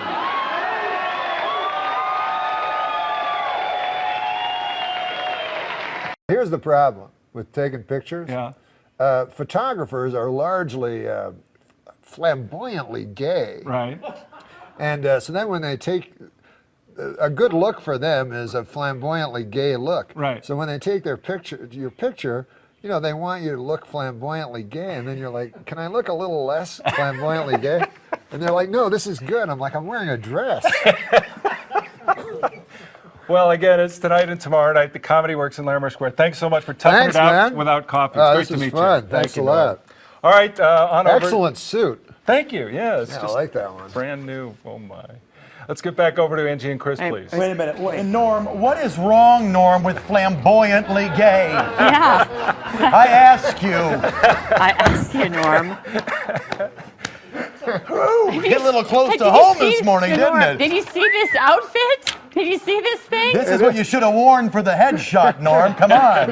Panache. It is cool. Huh? Come on. You wore that between what he's wearing now and ending up in the dress. That was halfway. It is cool. Norm could have worn this. Oh, yeah. Wow. Hey, Johnny Weir called. He wants his outfit back. Oh, hey now. He's talking to you, too, not me. I don't know who he's talking to. I don't know. Maybe he's talking to me. Because Johnny Weir would look fabulous in this. Look good in either one of these outfits. Did you meet him backstage? No, I haven't. I met Randy Travis, and I'm a huge country music fan, and George Jones is my favorite, so this is a big night for me. Do you like the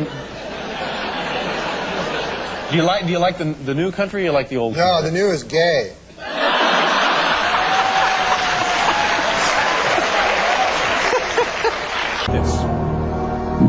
Well, I'm not gay, so I don't know much about Broadway musicals.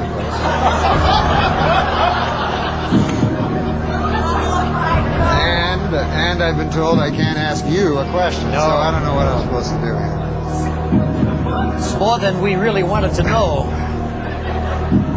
And you know, you kind of surprised me because you did MTV Beach House recently, and you know, there's a certain kind of person you expect to show up on the MTV Beach House, and I hear, we'll be right back with MTV Beach House, our special guest, Norm MacDonald. I'm like, what the hell are you doing? It's this... What was that? It's this show on MTV, right? I know. And it's at a beach. It's at a beach. And they don't script anything. Like, you know, they do, like, for... Anyway, so the dude, the host, was like, hey, Norm, do you mind wearing a pair of trunks, you know, bathing trunks? And I go, no, I don't want to wear that, you know, because I'm like, my body's like all weird looking and everything. And everybody else is super hot ladies and super hot men, you know, I don't, you know, whatever. Whatever you... Wow, so, got an issue about that. All right, go ahead. So I'm on the show, right? So they're saying, hey, come on, seriously, put on the trunks. I'm like, no, man, I don't want to. So then they think this will be funny. They go, hey, we're going to show you a fashion show. Some dudes will come out, you know, and show you, you see what you think. I go, what? So all of a sudden, these three dudes come out, right, dancing around in their thongs and shorts and everything. They're wearing thongs or shorts? Which one? Bathing trunks, but some of them are like thongs where you can see their dirty arses. So...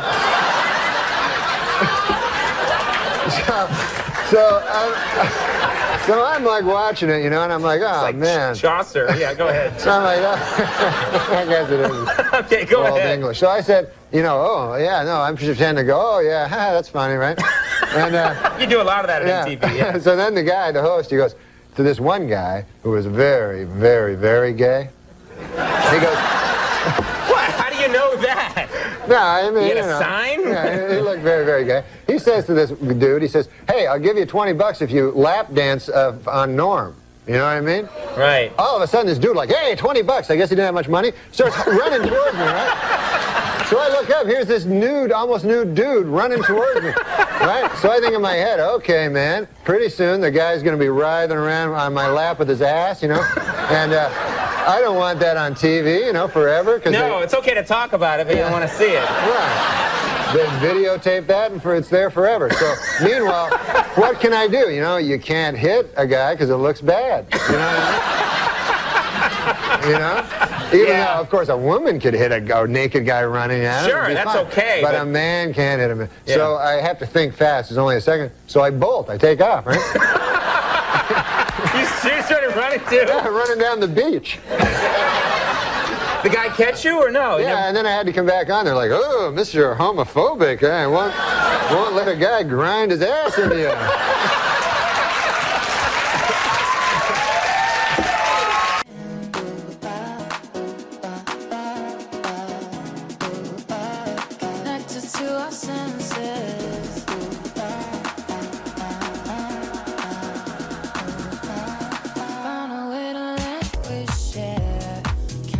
You live here, of course, in the city because you're doing the show. I live in New York City. Yeah. This isn't a police interrogation. Are you sure? Where about? Where in the city do you live, approximately, not specifically? I live at 56 between 8th and Broadway. Okay, and what's your phone number? Just give me 7 digits. All right. What? Your neighbors nice people? The people that live around you? Great people. Every day I meet somebody new. You know, this city's great because of the neighborly people. You know. I don't know. But I did meet one neighbor. Interesting story. You know, that this guy he just moved in, you know, next door to me. So I'm always one to meet the neighbors. You like to chat with the neighbors, Yeah, because, you know, so I went over to the guy, knocked on the door next door to where I live, and I say to the guy, I said, hey, I'm your new neighbor, you know, and I said, good to see you, you know, nice to run into you, you know, welcome to the neighborhood, you know.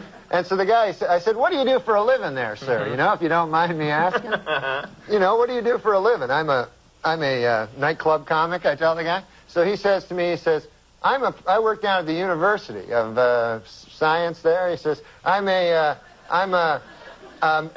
that's a good school, by the way. I can't remember the exact place. Sure. But he says, I'm a professor of logic. Oh. So he says, the guy says, logic. Now, what the hell is that? I never heard tell of that. He says, oh, well, he says it's a kind of a pattern of syllogistic. Well, he says it's hard to explain. He says, why don't I give you an example? So I said, fair enough. Why don't you do that? So the guy says, well, he says, let me ask you a question. He says, do you own a doghouse? So I go, yes, I do. He says, well, then that means you probably have a dog. I said, yes. He says, well, that means you're likely you have a family if you have a dog. I said, yes, I do. He said, well, then that means you got kids, you're married. I said, yes, I am. He says, well, then you're a heterosexual man. I said, yes, sir, I am. He says, well, you see, that's logic there. I asked if simply from finding out you had a doghouse, I made this series of inferences, and I found that you're a heterosexual man simply from the fact that you had a doghouse. Well, I said, good God, isn't that something? Okay. So I said, well, I won't waste any more of your time there, neighbor. And I said, I'll see you later. See you around. Okay. So I said, come by one day and have a chicken with me. So anyways, I left. So I go to get a bus, you know, to the bus stop. And I walk down to the bus stop, and I'm still thinking about this thing that happened to me, you know. And I'm standing at the bus, and no bus coming at all, you know, and 5 or 6 of us standing around, and one guy lights up a cigarette there, and he goes, as soon as you light up a cigarette, the bus comes. And he smokes the whole damn cigarette, no bus comes. Right. So I said to the guy, well, that theory really worked, huh? And the guy goes, well, sometimes it works. Anyways, the guy goes, what's new with you? I go, well, I had an interesting thing happen to me today. I said, I met my neighbor. And he goes, oh, yeah? I go, he had a hell of an interesting job. I said, he's a professor of logic down at the University of Science. And so the guy says, is that so? He says, professor of logic. He goes, what the hell is that, logic? I said, well, it's a series of something or other. Right. I said, I can't remember exactly, but I said, I'll give you an example if you want to hear an example. So the guy goes, all right, fair enough. So I said, let me ask you this. I said, let me ask you a question. Do you own a doghouse? And the guy goes, no, I don't own a doghouse. So the guy says, oh, yeah, you're one of them gays.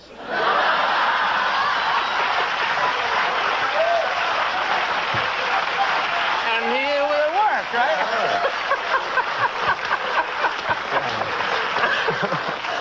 What great stuff you can learn at that nice. University of Science there. And then the guy, get this. Get this. There's more? This gay guy invites me to have a chicken at his place. That's some kind of euphemism. Watch out. Dirty Work. To my listeners, I challenge you guys to go watch the movie Dirty Work. Dirty Work is pound for pound, one of the funniest movies you will ever fucking see. When I tell you, Norm, listen, when I tell you the humor in Dirty Work was so amazing to me. This world of comedy, this like the not over the top, the conversation side of comedy, where it's about the words, it's about what we're saying. Dirty Work perfected that. Dirty you're, Work. You're wonderful, man. That was that. You want to be in the sequel? We're making it. Oh my God! I do a cameo all day. Okay. I do a fucking cameo all day, man. I'm gonna give you the funniest scene for you. One of the funniest moments in Dirty Work. So in Dirty Work, there's a scene where they're about to have like the fight. It's like the bar fight. Right. And he's at the jukebox. He's like, oh, we got to put on some bar fighting music. That's the beautiful Chris Farley. Chris Farley. And he puts on If You Like Pina Coladas. and then they start the fight. It's just not the right choice of music for a fight. Clearly the comedy choice there. But when I tell you, there's so many moments like that. There's so many moments that in that movie. That's the greatness of Norm Macdonald. It's like, I guess you look at it like the old Jack Benny movies. There's something where someone just stands there and shit goes on all around him. And he goes, hey, what's wrong with that dude? You know? Or, hey, homeless guy, here's your $2. You know? Yes, he addresses it. He talks at people with the title of what they would be. Good evening, ladies of the evening. You know. Yes. Yes. He's fucking brilliant, man. How did Dirty Works come about? Dirty Work was a script that Norm wrote with Frank Sebastiano, who wrote the original draft, and Fred Wolf. He was a co-writer. My buddy Frank and Fred. Frank Sebastiano and Fred Wolf. Ah, good. Yeah. I always say to Fred Wolf, he lives in Hollywood, and I say to him, you must be pretty comfortable out there in Hollywood, Fred Wolf, because there's a lot of wolves out there. You know, a Hollywood wolf? Yeah. Oh, sure. Yeah. Skirt chaser. A skirt chaser. That's right. And you know what? I'm the first comedian Norm ever saw in Ottawa, Canada, when he was 17 and I was 22. Wow. Bob was the first comedian that I ever saw perform when I was a boy, live, and I loved him. I still don't know how he's younger than me, but that's the story. He's sticking to it. And he's sticking to it. He's not letting it go. No, I think he is younger. And so, I don't know, we had a closeness. We just had a thing. And he thought I was the right guy to direct it. You know who directed the movie? Of course you know. You were in the film. Bob, TV blooper, Bob Saget. Bob TV blooper Saget. Yeah, he directed it. Yeah. Can he direct? No, not at all.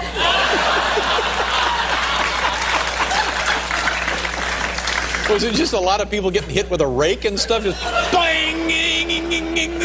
A lot of people falling down at weddings and that kind of thing? It was very comfortable with him as a director, though, because, he would give me, acting notes. He'd go, I think you should do it this way. And then I'd go, I've seen you on that Full House. What are you talking about?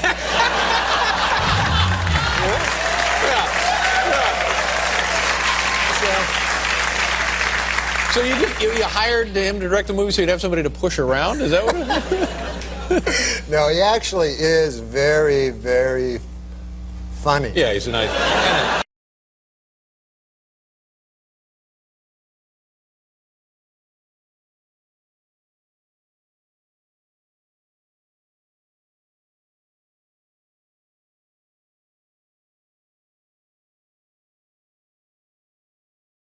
The weekend it opened was the last 2 days that Michael Jordan played for the Bulls.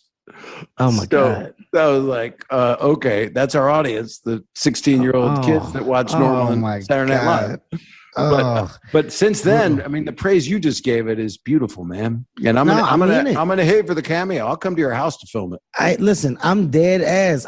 I mean it when I say truly one of my favorite movies of all time, man. New songs on the radio sounding fake. Friends and Genesis for better anyway.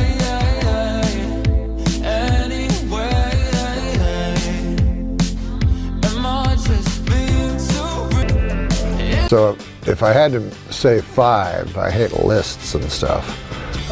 I'll say 3 and then leave 2 spots open. But I would say Brian Regan, he's my favorite comedian alive. Kevin Hart, I would say Colin Quinn. And then I'd leave 2 spots open. And on the American side, writer, critic, and broadcaster Joe Queenan. And from Saturday Night Live, Mr. Norm Macdonald is with us. So let's get on with the headlines here. We've met everybody. Lowry, let me bring this up to you. Definitely the biggest piece of news in the world this week is this headline right here. Take a look. Yes, She's Madonna now. It's about Madonna having a baby, Yes. which to me, with all the sex she's had, law of averages, I would think. So why do people care about the this? The amazing thing, of course, is that she actually had the baby herself. Surely a woman with that degree of wealth would pay somebody else to look fat for 9 months. I mean, she's had to hide away, hasn't she, for her entire pregnancy, because, you know, most women, their ankles swell a little. This woman's neck swelled. I mean, you know, she looked horrendous. According to there's been much talk, obviously, about the naming of the baby, Lourdes, and the Vatican are not terribly happy about that. Did the Vatican actually have a response? Did the Pope come out and go, she did what? I think she should be congratulated on. Madonna should be congratulated on choosing this name, because here's a woman who's spent her entire life, basically, throwing open the door to her boudoir to any sexual pilgrim who happens to be passing. And so she calls her daughter. You know what? For all the talk of that, I don't know one guy who's done her. You know? For all the talk of, oh, Madonna has everybody, me and my friends are sitting around going, hey. But the sad fact is...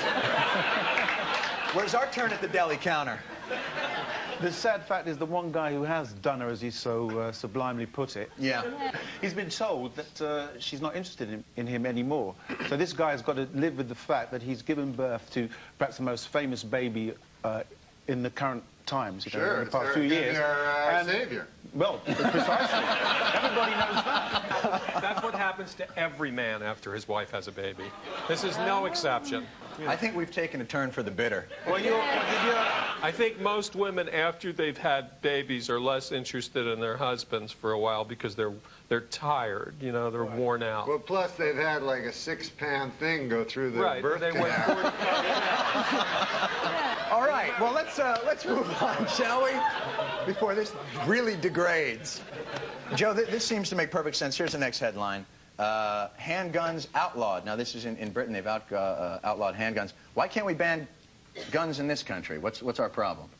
Guns are part of folklore, you know. Folklore? Yeah, I mean, people have always thought, you know, the founding of the West and everything, and all the lunatics in America really believe that if you have a gun, you can defend yourself against the government if the government comes. So I don't think... But hoop skirts are a part of folklore, and we don't wear those anymore. You make a good point.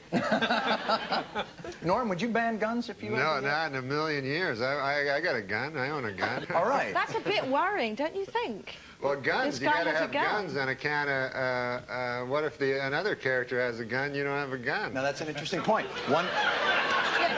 Guns really are horrible, and they should be banned in all countries. You shouldn't have one. Oh, I would love it if I was the only guy to have one, to tell you the truth. Looks like Norm would be getting a lot of free lunches with that one. You see, it's called the right to bear arms, isn't it? Isn't that supposedly we have a constitutional the constitutional precept? Oh, the right to bear arms, but actually, it's the right to kill people. I mean, it's so simple. That's what a gun does. I think you're just bitter because our right that we had got us our country. I mean, let's face facts. If we didn't have guns 220 years ago, you guys would still be taxing the tea. But we had a couple of, you know, we had a couple of rifles. We marched down. You guys wanted to walk in single file. I don't know why you did that, but you did. And if we hadn't taught you how to use the guns in the first place, then you wouldn't have been able to. Oh yeah, like Geronimo didn't teach us how to shoot straighter than Lord Cornwallis. All right. Felix, we got some more headlines going here. Have you had one of these in England? Million Man March in England. Are there a million black guys in England to have a march? Or do they have like 100,000? I think actually there's about 5 of us. Oh my God. Things are pretty depleted right now, what with me being over here. The way it was perceived, certainly by the majority of people in Britain, was actually a little bit distorted, because I think there was this notion that it was some kind of anti-Semitic initiative, and that Farrakhan is viewed in that way. Now, I don't know enough about what he's been saying recently. No, I think he loves Jews. I've seen him. In fact, the other day he had a bagel with a schmear. The guy loves the Jews. Now, I think it's stupid for minority groups, Jews and blacks, to like not get on, because hey, we all know about persecution. I stayed indoors that day. You know, I just try to stay out of the way when these seminal events occur that can't do me any good. See, I'm Irish American, and the great thing about being Irish is that you can claim to be a minority, but you still control the police department. So you don't have to worry about anything. Let's go. Finally, Norm, this looks like the election has finally got exciting as Bob Dole got dirty. Gloves are off. What took Bob Dole so long to get nasty in the campaign? It took him a long time to get his gloves off because of his one arm that doesn't... So he's like, oh, can you help me with my glove? It's coming off here. Very well. I feel shame and yet delight. That man lost that arm at the Battle of Anzio fighting the Nazis, and you make fun of him like that. No, I love Dole. I'll vote for Dole. He's the best man, you know. Norm, I hate to say this, and I know this to bring this up, but I don't think Canadians can vote in our elections. We appreciate your support and your enthusiasm. I'll tell you, I can't vote in the election, but I can pay the huge taxes to Clinton. Yeah, it's a beautiful country. All right. Do you believe Dole has gotten nasty too late? Have you seen Dole get nasty? This man is not capable of getting nasty. From the perspective of all the way across the Atlantic, you know, he just appears to be this doddery old guy who falls off the edge of stages occasionally. And that is largely what we're seeing. Well, you see, Dole has got a bad image problem in Britain, really, because Dole means unemployment benefit in Britain. Yes. So it's like, hey, I'm going to really sort the economy out. My name's Mr. Unemployment Benefit. You know? Doesn't compute. I think Dole didn't go on the attack as much as he could have because there's scandal after scandal after scandal with this Clinton character, you know. Yeah. And I was reading one this morning. They said Clinton, apparently back when he was governor of Arkansas, you know, back then, he got real drunk one night and apparently had sex with Hillary. Well, let's see what all this negative stuff is about. They say Dole has gone negative, and in Britain, apparently, a picture of Tony Blair with red eyes caused a major controversy. But in America, viewers have been exposed to $450 million worth of political ads, 90% of which are negative. So are we just mean people? You know, why are we being shown these things? Let's take a look at some. Dole voted to raise payroll taxes, Social Security taxes, the 90 income tax increase, $900 billion in higher taxes. And look closely at his risky tax scheme. He'd actually raised taxes on 9 million working families. Bob Dole, 35 years in Washington, 35 years of higher taxes. We send them off to school, and we worry. Teenage drug use has doubled since 1992. And Bill Clinton, he cut the White House drug office 83%. His own Surgeon General even considered legalizing drugs. And in front of our children on MTV, the president himself. If you had it to do over again, would you inhale? Sure, if I could. I tried before. Bill Clinton, he just doesn't get it. But we do. They say American people hate negative advertising, but yet it's shown to work. So what's the... I can't believe people think that that's particularly negative. That's not negative. When Andrew Jackson was president in the 1830s, they said that he was a bigamist. They said that he'd murdered a minister. That he went to his deathbed convinced that the critics had killed his wife because of these accusations. We don't have anything like this. Grover Cleveland was accused of having an illegitimate child, which he had. Warren Harding was accused of having a mistress. You know, there were all kinds of accusations, which he had. But there were all kinds of horrible accusations about guys, and then they've got this kind of stuff, which is where, you know, Bill Clinton once said that he almost inhaled marijuana. I mean, I don't. This whole story. You think we've actually gotten kinder, that we're not nearly as negative as we used to be? I just think these commercials just suck. And that's the issue, is that the commercials just suck. So would you like to see what, like singing raisins for the government commercials? What do you need? I'd like to see really nasty. I'd like to see ads where they said, Clinton, you know, this is the motel, this is the desk clerk. He paid $27.95. Here's the receipt. Here are the sheets. You know, that'd be negative. You know. Do they do negative now? This. What was it, Tony Blair? What was it? Yeah. These were ridiculous. All they did is they sort of cut out, he got a picture of him, cut out his eyes, and then put somebody else's eyes, they're coloured red, upside down. I mean, you know, it was a joke. What I would like to see is a bit more... But there was an outcry, am I right? There was an outcry against negative advertising. So will negative advertising never come Britain's way? We already have negative advertising, but obviously it is more muted. But simply that's because there isn't the money in Britain to engage in the vast amounts of advertising that you have here. But we also happen to have much better advertising for other products. Our ads are far better than yours. I mean, our products are far better than yours. No. You know, like we've got cars. It's got a point. What would you rather have? A song about a car or a car? Wait. You know, I think we've really been able to foster some understanding here. I expect to fire on Yorktown any minute now.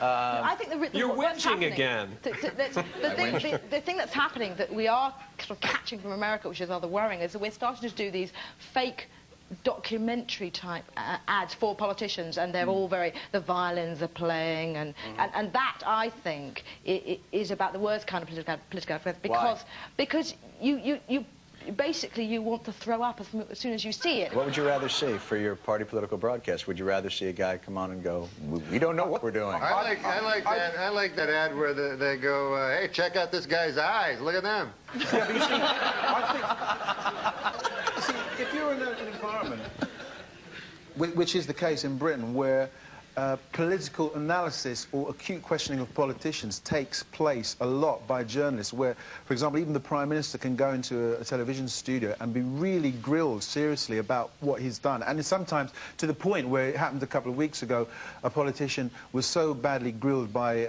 a journalist that he rang up the BBC saying, what the bloody hell is going on? How dare they speak to me in this way? If you've got that kind of rigorous political examination of what's going on, the advertisements become irrelevant. We don't have intelligent journalists like that. We have people named Cokie. You know, we have, like, the President of the United States comes in and gets interviewed by somebody named Cokie. And Cokie asks really hard questions. Then, you know, no politician in America would submit to intense grilling because we don't have any journalists who do that. We have, you don't think Sam Donaldson is a relatively intense journalist as far as politicians are concerned? Not by English standards, no. Those guys are really tough. Everybody over here is a cream puff compared to them. Right. They are.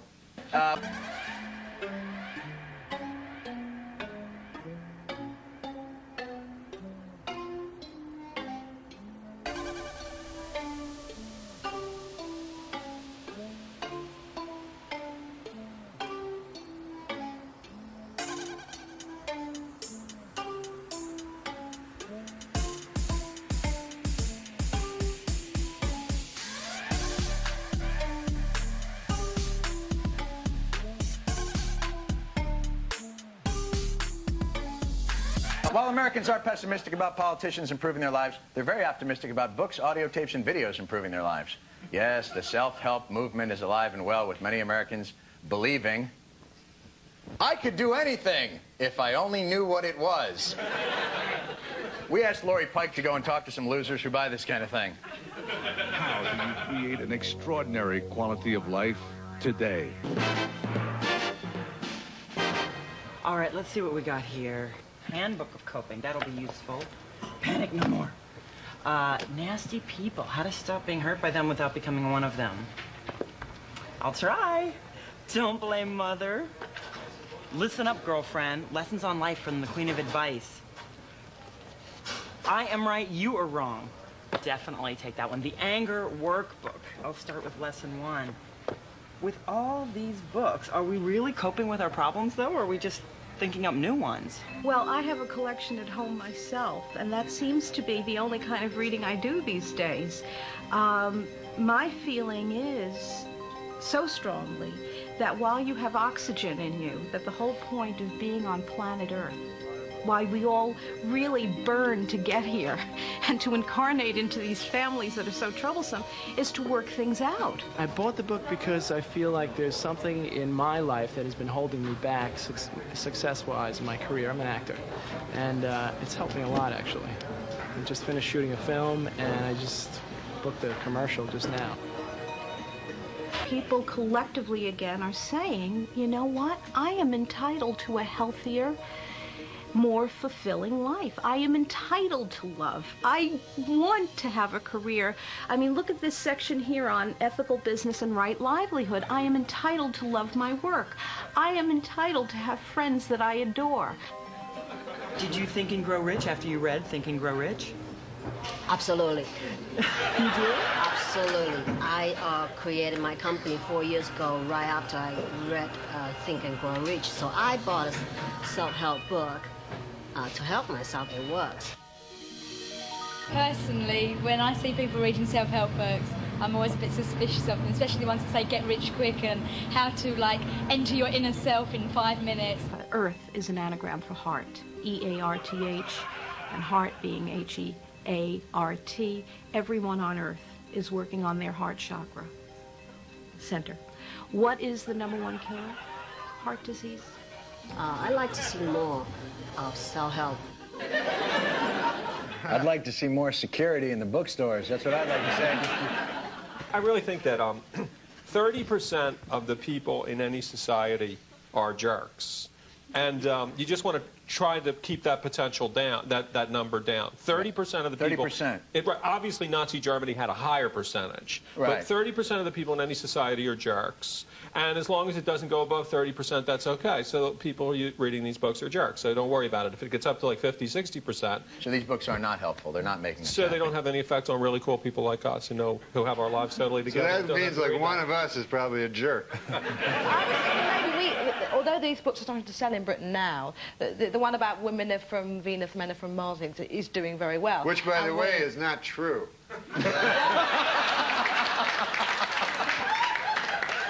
These self-help books are very, very American, because if you read our advice, most of our agony aunts, they're very sort of like, dump him, he was obviously no good for you, and go and find yourself another man. Whereas if you read these books, it's all like, well, what happened in your childhood, and what kind of personality you're on? You know, this is all useless information. Nobody wants to take responsibility, you know? It's always like, hey, my dad, anally raped me or something, you know? And, I mean, who of us haven't been anally raped by their fathers? I mean, really. Yeah, you should get over it, shouldn't you? American self-help books are all about getting rich, and because English people have such lower expectations, like you don't have books like How to Get Rich in a Year, it's like How to Get 5 quid ahead by Thursday, you know, How to Win 7 pounds in the lottery. It's actually... How to save 40 pence on that next sandwich. You see, actually, in Britain, the notion of self-help, it's not like, hey, all this stuff about finding your inner self and all that. It's things like, hey, you know, I really want to learn to make really good mayonnaise or something, or it's pragmatic. You're saying you're pragmatic. Or grow nice turnips, or great big cucumbers, you know, something that's useful, you see.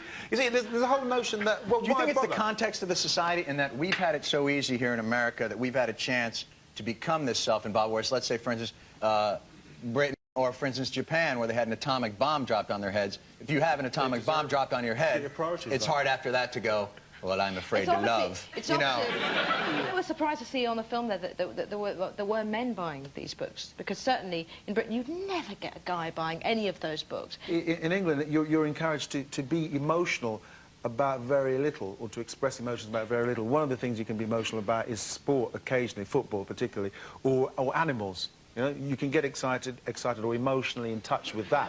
Right. Perhaps I said the wrong thing when I said excited with animals. I didn't mean that. But you can get emotional about them. I mean, like, you could be talking to yourself in the street and, like, going to the toilet in your trousers and, you know, kind of totally insane. And everyone goes, oh, well, yeah, High Court judge, you know, fine, you know. But if you're sort of even mildly thinking about going to therapy, oh, well, you're a nutter. You're a complete nutter. So there's a strange imbalance. There's almost like a prejudice against it. Because self-help, in essence, you wouldn't need a book, would you? I'll tell you a good self-help book. Yeah? Holy Bible. Worked for me. Norm, I know you. I know you've never seen the Bible. I've seen the Bible, those hotel rooms you can See, that's an interesting point, though. If you're not in therapy and you're not taking drugs, where are you going to go to ease your pain? Perhaps the church. Unlike in Britain, religion in America, big business and growing. So if you need a few tips, here's how the church is aggressively wooing new customers. World Reach. It's about preaching the gospel. It's about producing television specials. It's about providing hope through Operation Blessing. But mostly, World Reach is about Jesus. Father, in the precious holy name of Jesus, we pray right now that your power will come into the lives of people who are watching this program. All it takes is just 65 cents a day, $20 a month, because Jesus is the answer. Touch their bodies, heal them in Jesus' name. Restore that skin to normal. In the name of Jesus, receive an answer to your prayer. Terry, do you have something? You've suffered for a long time from a ringing in your ears that's very annoying, and God is releasing that for you right now. Seeing what appeared to be a golden opportunity to share the gospel with a fairly captive audience, Pastor Perry Harrison started using the church's loudspeaker to expose the students to Christian music. The Lord right now is setting you free from that terrible pressure in your head. In America, we're spoiled. And we have everything in abundance. But here, they don't have anything. And the most we can give them is hope in Jesus. Now, if you prayed with me, it's the most important prayer you ever prayed. I want you to do something about it. I want you to call us, tell us you prayed. For those who contribute, we have something called Jesus is the Answer. And we also believe in the Great Pumpkin and the Tooth Fairy. Well. Norm. Yeah. In the United States, religion, big boom in business now. Are we just a pure and moral people? Is that the situation here in America? I don't know. You know, like you always hear of people saying they're Christians, yeah, and then they don't read the Bible. It's insane. Well, they say 90% of people have a Bible. Have a Bible, but you figure you read it. You know, like I mean, they get the Bible, and it's supposed to be the Word of God. And they go, yeah, I'm going to get to that. I'm reading this Grisham thing first, and then I'll get to the God thing after, you know. God, he wrote a book, too. Is religion in decline in Britain? Is it, because here it's obviously booming. I can't tell you how stunned I am by the fact that you even have that on your TV. What do you mean? Jesus is a competitive business in this country. You got to have a band and a good choir or people don't show. It's not enough to, you know, cure pleurisy. You got to have good music in there. Is it just... Go on. Go on. You see, this is English. You see, no, go ahead. It's so polite, I'm moving on.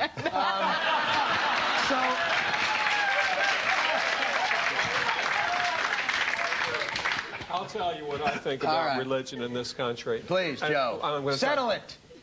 This is the only thing that embarrasses me about America. I think America is just so great. So when like French people say, but you have guns and you kill people, figure, well, who cares? So what? We didn't collaborate with the Nazis. And, you know, so you've got all these things that you know, people would criticize America for, you know, violent movies, things like that. And I think that they're just fine. But the religion thing really is embarrassing because, you know, you see this guy, this Huckleberry here, this Pat Robertson, and the guy ran for president. I mean, he's an idiot. He's a buffoon. He's a village idiot. And he's on television every night. He's got his own cable channel. So, you know, it is embarrassing. But the most interesting thing about religion in America is that nobody who goes around America really thinks Americans are religious people. You know, like spiritual people. Wasn't there a guy called Jerry Falwell or something here who There's still a guy called Jerry Falwell. Yeah, who was going on about he saw 70-foot Jesuses or something? Is that what he said? Good drugs in Virginia. I mean, and people were saying, oh, yeah, you know, you saw a 70-foot Jesus. Yeah, I'll buy some. But in all fairness, you got to figure Jesus is a pretty tall guy. But what sort of car would he drive? Do you think he would have a limo? That's a good point. But in other 70 countries, feet's not that big. In other countries, once a virgin or a saint appears, then they set up a temple, they set up some kind of grotto, you have big lines, you have people lined up waiting to get in. I was in Lourdes a couple years ago, and there were 16 guys in Cleveland Indians shirts waiting to be cured. I figure you guys are going to wait a long time because the virgin's, you know, she's backed up. She's still got, you know, she's got the San Diego Padres guys to take care of her. But in America, that would never happen. Someone would say the Blessed Virgin Mary appeared in a you know, she appeared at an internet site maybe, and people might believe that. But if somebody said she appeared here in a forest, you wouldn't get a pilgrimage there. You wouldn't get people believing it. And the reason is people don't really believe in God. If you go to Britain, you certainly wouldn't get politicians saying, and God bless Britain. Because the population would just laugh. And yet you have God bless America. And they say it with feeling. And you're all supposed to say it with feeling. We actually wrote a song about it. Seems to be working. Getting back to the point. How is the Church of England going to stop the decline of people who have stopped going to church and stopped believing? What the Church of England, I think, is going to have to do, maybe, is to put television screens up for the football results and the lottery, and maybe pinball machines and maybe more entertaining and for people in the corner or something. Yeah, I mean, you see, because the Church of England has got this strange position. I mean, it's very integrated with the class system, and it's one of those institutions that historically has been very highly respected. But in recent years, all of those institutions have been diminished in terms of the way people look at them: the judiciary, the monarchy, and the Church of England itself. So the Church of England is really on a downward slope, and I don't know how it's going to be corrected. Basically, because all of these institutions, they've been. Would it matter? Would it matter to the quality of life over there if it went away? They've lost the mythology. Let's say it went away. The only way that I think think that it would increase in popularity is to take a leaf out of the book of all those sort of wacko, alternative, crystal, new age rubbish. You know, for a long time in the church, in most Christian churches, Catholic, Protestant, whatever, the principal influence was, of course, Jesus Christ, because he was crucified. If you go into a church today in America, the principal influence is the Carpenters. I mean, Karen Carpenter. Right. That all you hear is every single person who lost their job playing the piano at the bar at the Marriott last week now does the religious service in your church. And there's this real strong musical element in all of these churches. I mean, you go in there and they're playing like the average white band type songs, but with these like religious lyrics. And there's this whole early 70s feel to religious churches, which is why I feel that churches must be eliminated immediately. And I mean, overnight. You just got to get rid of the music. The first thing you do is you got to get rid of the music, and you got to do things like when they have these blessings of animals. So like bring traditional biblical animals like donkeys and dogs and stuff. People bring like Gila monsters. People bring Gila monsters and iguanas and ferrets. You can't. God wouldn't bless those things. You know, it's sacrilege or simony or something. I just have to say this: for Jews, it's just funny to watch the whole thing unfold because we just think we've been cold kicking it for 4,000 years, and we don't give a shit what you guys do. I went to a bar mitzvah a couple of weeks ago. You know, and you don't have to say that like I went to a freak show at Coney Island once. You don't have to say it like that. You don't have to. I went to a bar mitzvah. You people are insane. Once again, that's all for tonight. Thanks to Lowry Turner, Felix Dexter, Joe Queenan, and Norm MacDonald. Please bow your heads and God bless America.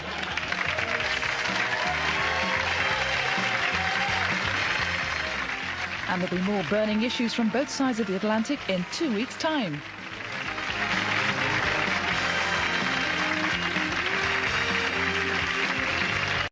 Did you have Alec Baldwin? You must have. Oh, yeah, every season, pretty much. He's amazing. I don't know what he's doing now. He was unreal. Weird tweets. But, you know, he's being caricatured on Saturday Night Live, like, quite mercilessly by Alec Baldwin. Like, is it funny to you? Is that funny? No. The only reason I don't find it funny, when I was there, Darrell Hammond did Donald Trump, and that shows how far back Trump goes, because that was 20 years ago. But Darrell did him then. It was a softer Trump, you know. I think it was a Trump that was a lot closer to his real self. But if you do, the problem with, if you do an impression of someone, you have to like that person, you know, because you're playing the person and people like themselves. So you can't play someone and have contempt for them at the same time. You know, it doesn't work as an impression. So I don't like his impression, and I have no political affiliation. I just mean from a comedy level. He used to come when he was a lot younger, I guess, because it was when I started, which was 20 years ago, and he was married to Kim Basinger, and he'd complain about her, like, you know, she's the most beautiful woman. He'd go, fucking wife. She bought a town.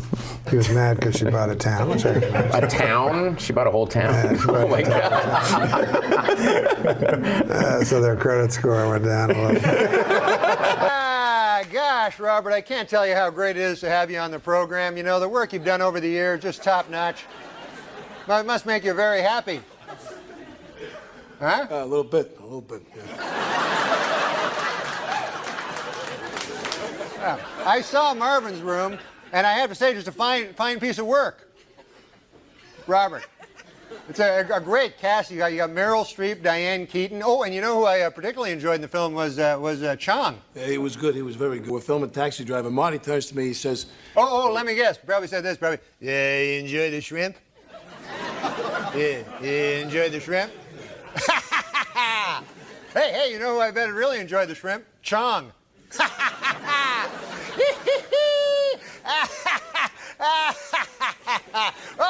But the coolest thing he did, he walked in and he threw a whole bunch of cigarettes. Like he had 12 packs of cigarettes. Oh, wow. And I thought that was really cool. He was very, you know, some of the hosts, as you know, were not very involved in the writing. Yeah, no, he was totally. He could have been a cast member. He really could have been a cast member. Yeah. Feelings flowing up and down. picking up the pieces that you left behind, hitting a new type of flow, breathing in the smoke and clearing up my mind. The thoughts of you, I never knew what the hell you got me. What do you mean? And so there was a secretary, I don't suppose you call them that anymore, but a pretty girl behind a typewriter, whatever you call them. And she was very sexy, you know. So he's trying to be like us, you know, one of the guys. And he goes, that secretary, no, not that, he didn't say secretary. He goes, that assistant girl out there, man, I'd saw my left leg off to fuck her. Jesus Christ. And I said, I think all you have to do is ask her. Why? Yeah, you're Alec Baldwin. I think you're all right. You know, this kind of backlash happens so fast now because of social media. And, you know, Adam, I know you've been involved with the Comedy Store for a long time, but when Louis jumped up at the Comedy Cellar the other night, a couple weeks ago, the Cellar's taken a lot of heat from people who were not necessarily customers. Right. You know, people Yeah. on, you know, the other side of the country or whatever. And we didn't, you know, we never had that kind of thing happen before. No. Well, I'll tell you this, and I did not know this, and maybe you do. Comedians have gone up against Louis. Yeah. Well, I mean, I was talking to some Comedians have said this guy should not be able to ever perform again. Yeah, I mean, I taught, you know, they all come. You know, if you're a murderer, I'm sorry. No, I'm go sorry. ahead. I'm sorry. But if you're a murderer, you go to jail, and they let you off, whatever, 20 years later, and you try to get a job as a busboy. And if the guy says, I'm not hiring that guy, he murdered, you know, and you go, but he did his penance, you know, and now you give him a job. That's the humane thing to do.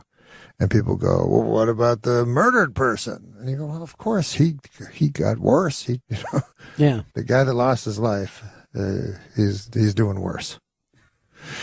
But it doesn't mean you can't forgive, or it's impossible to forgive. I also don't feel anyone owes me an apology in public. You know,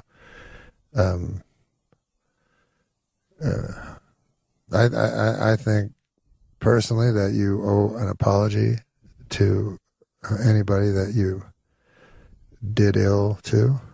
You owe an apology to people that your actions hurt in a financial way or an emotional way. But nobody owes me an apology, you know. So that's where your shock about comedians comes from. Yeah, because I don't understand why they're so. You know, I guess I just don't understand how there can be no rules. You know, if the rules are drawn out and set down, then that's one thing. But you know, I always thought the audience would decide whether you're an objectionable comic or even a good comic. You know, and so Louis went up here at the Comedy Cellar, and the audience let him know. I don't know what happened. I wasn't there, but if the audience don't like him, then the club won't book him. I mean, that's how things work. And, you know, just because your heart can break for more than one person at the same time, you know, and a person can do a bad thing, and you can feel sorry for that person while feeling worse for the person that had the bad thing done to them. This is all so self-evident. It's hard for me to unpack, but I wanted to use the word unpack. Well, you know, we also always think of comedians being 100% free speech and stuff like that. And I don't know whether you followed this at the New Yorker Festival, but they had Steve Bannon booked to come in and do an interview, and all the big comedians said, I'm not going to be there if somebody interviews Steve Bannon. And, you know, and it wasn't a thing of, hey, we're giving an award to Steve Bannon, That's right. but it was a chance for somebody from the New Yorker to interview him, and who knows what direction that would have went into. But people like Judd Apatow and I'm trying to think of who, Patton Oswalt I know was in it, and even Jimmy Fallon, they all said, well, we won't perform. We won't come and do the panel. And I'm always surprised by that angle. Yeah, I think a lot of people feel, my brother's a foreign correspondent, and he did a 4-year documentary on neo-Nazis, and he interviewed all the neo-Nazis in the world, from the Ernst Zundel all the way up to David Irving, and he didn't become a Nazi, you know, at all. Right. And so I think people go, you know, I certainly wouldn't be a Nazi by hearing this, but Americans, you know, other than me, Americans are just people that will believe whatever they hear, and I think that's nonsense, you know. I think that if there was a Nazi, a person could go watch him because it seems like an entertaining thing, you know. Just the same way you listen to a guy screaming on the corner of the street. You stop and listen to him. Yeah, right. You know what I mean? Well, I mean, I would agree with you, except for I learned from your show that Adam was in a cult for 3 years. So I guess some people are easily molded. I just want to stress it was not a Nazi cult.